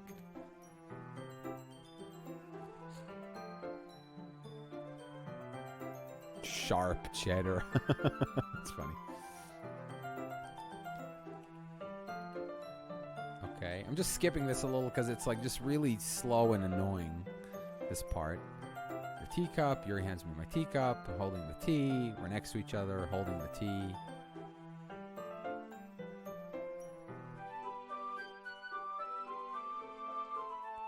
Oh. Oh, I guess I could have turned it down for you to hear it. Here, I turned it down a little bit. Oop.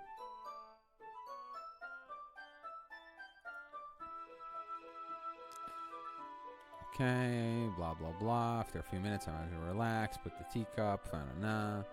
I briefly let it go, blah, blah, blah, blah, blah, blah, blah, blah.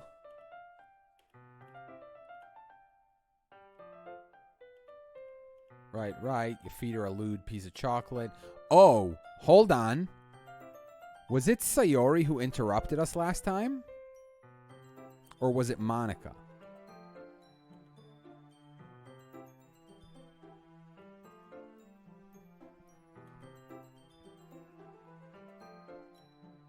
Yuri's already totally focused on reading again. I take a chocolate candy and pop it into my mouth. Then I take another chocolate and hold it up to Yuri. She doesn't even look away from the book. She simply parts her lips and whatever. But that means I can't stop here. I apprehensively place the chocolate in her mouth. Just like that, Yuri closes her lips over it. Yuri's expression suddenly breaks. Did I just... Yuri looks at me like she needs to confirm what just happened. No, Neon...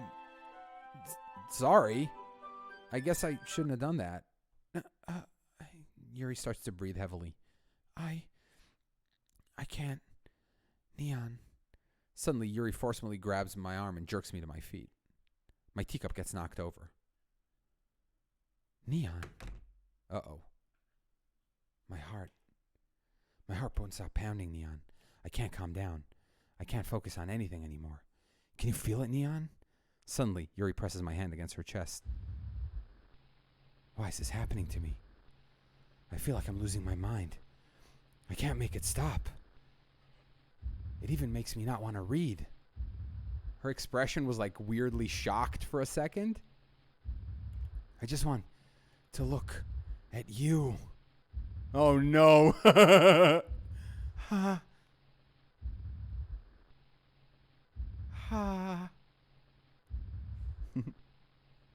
Ha.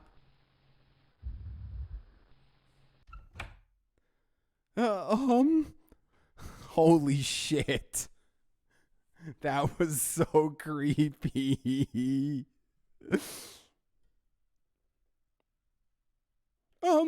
It's time to share poems. Oh my god.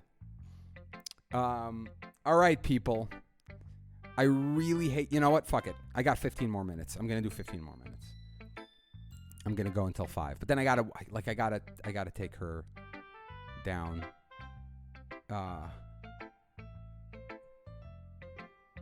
Shit, man. Oh, this isn't a bad time? Okay. You know what? Okay, I'll start off the next stream with poems. Okay. I might do it tomorrow. There's a little bit of a complication with my week. I'm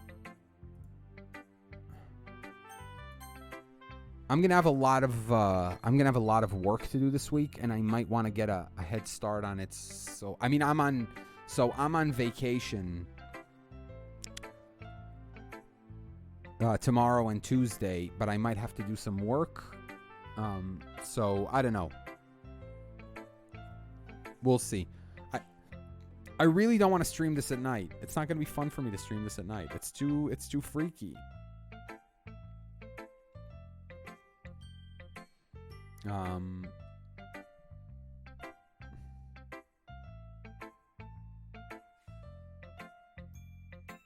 We'll figure it out.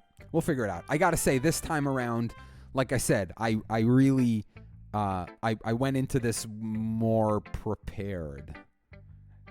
And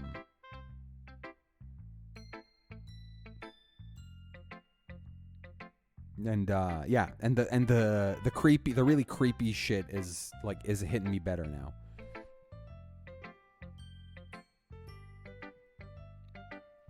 Oh, Pastel Poofy, after the Sayori suicide, I was not able to fall asleep. I stayed up most of the night, just like thinking about how awful that was.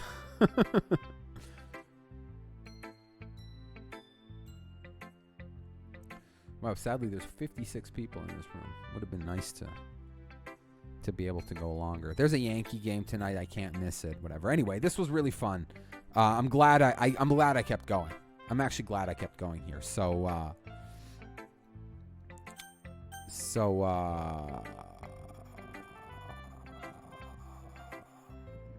enjoy the rest of your day, everyone. Thank you for the bits and the subs. There were a bunch of new subs. And yeah, there's going to be more. There's going to be more of this soon.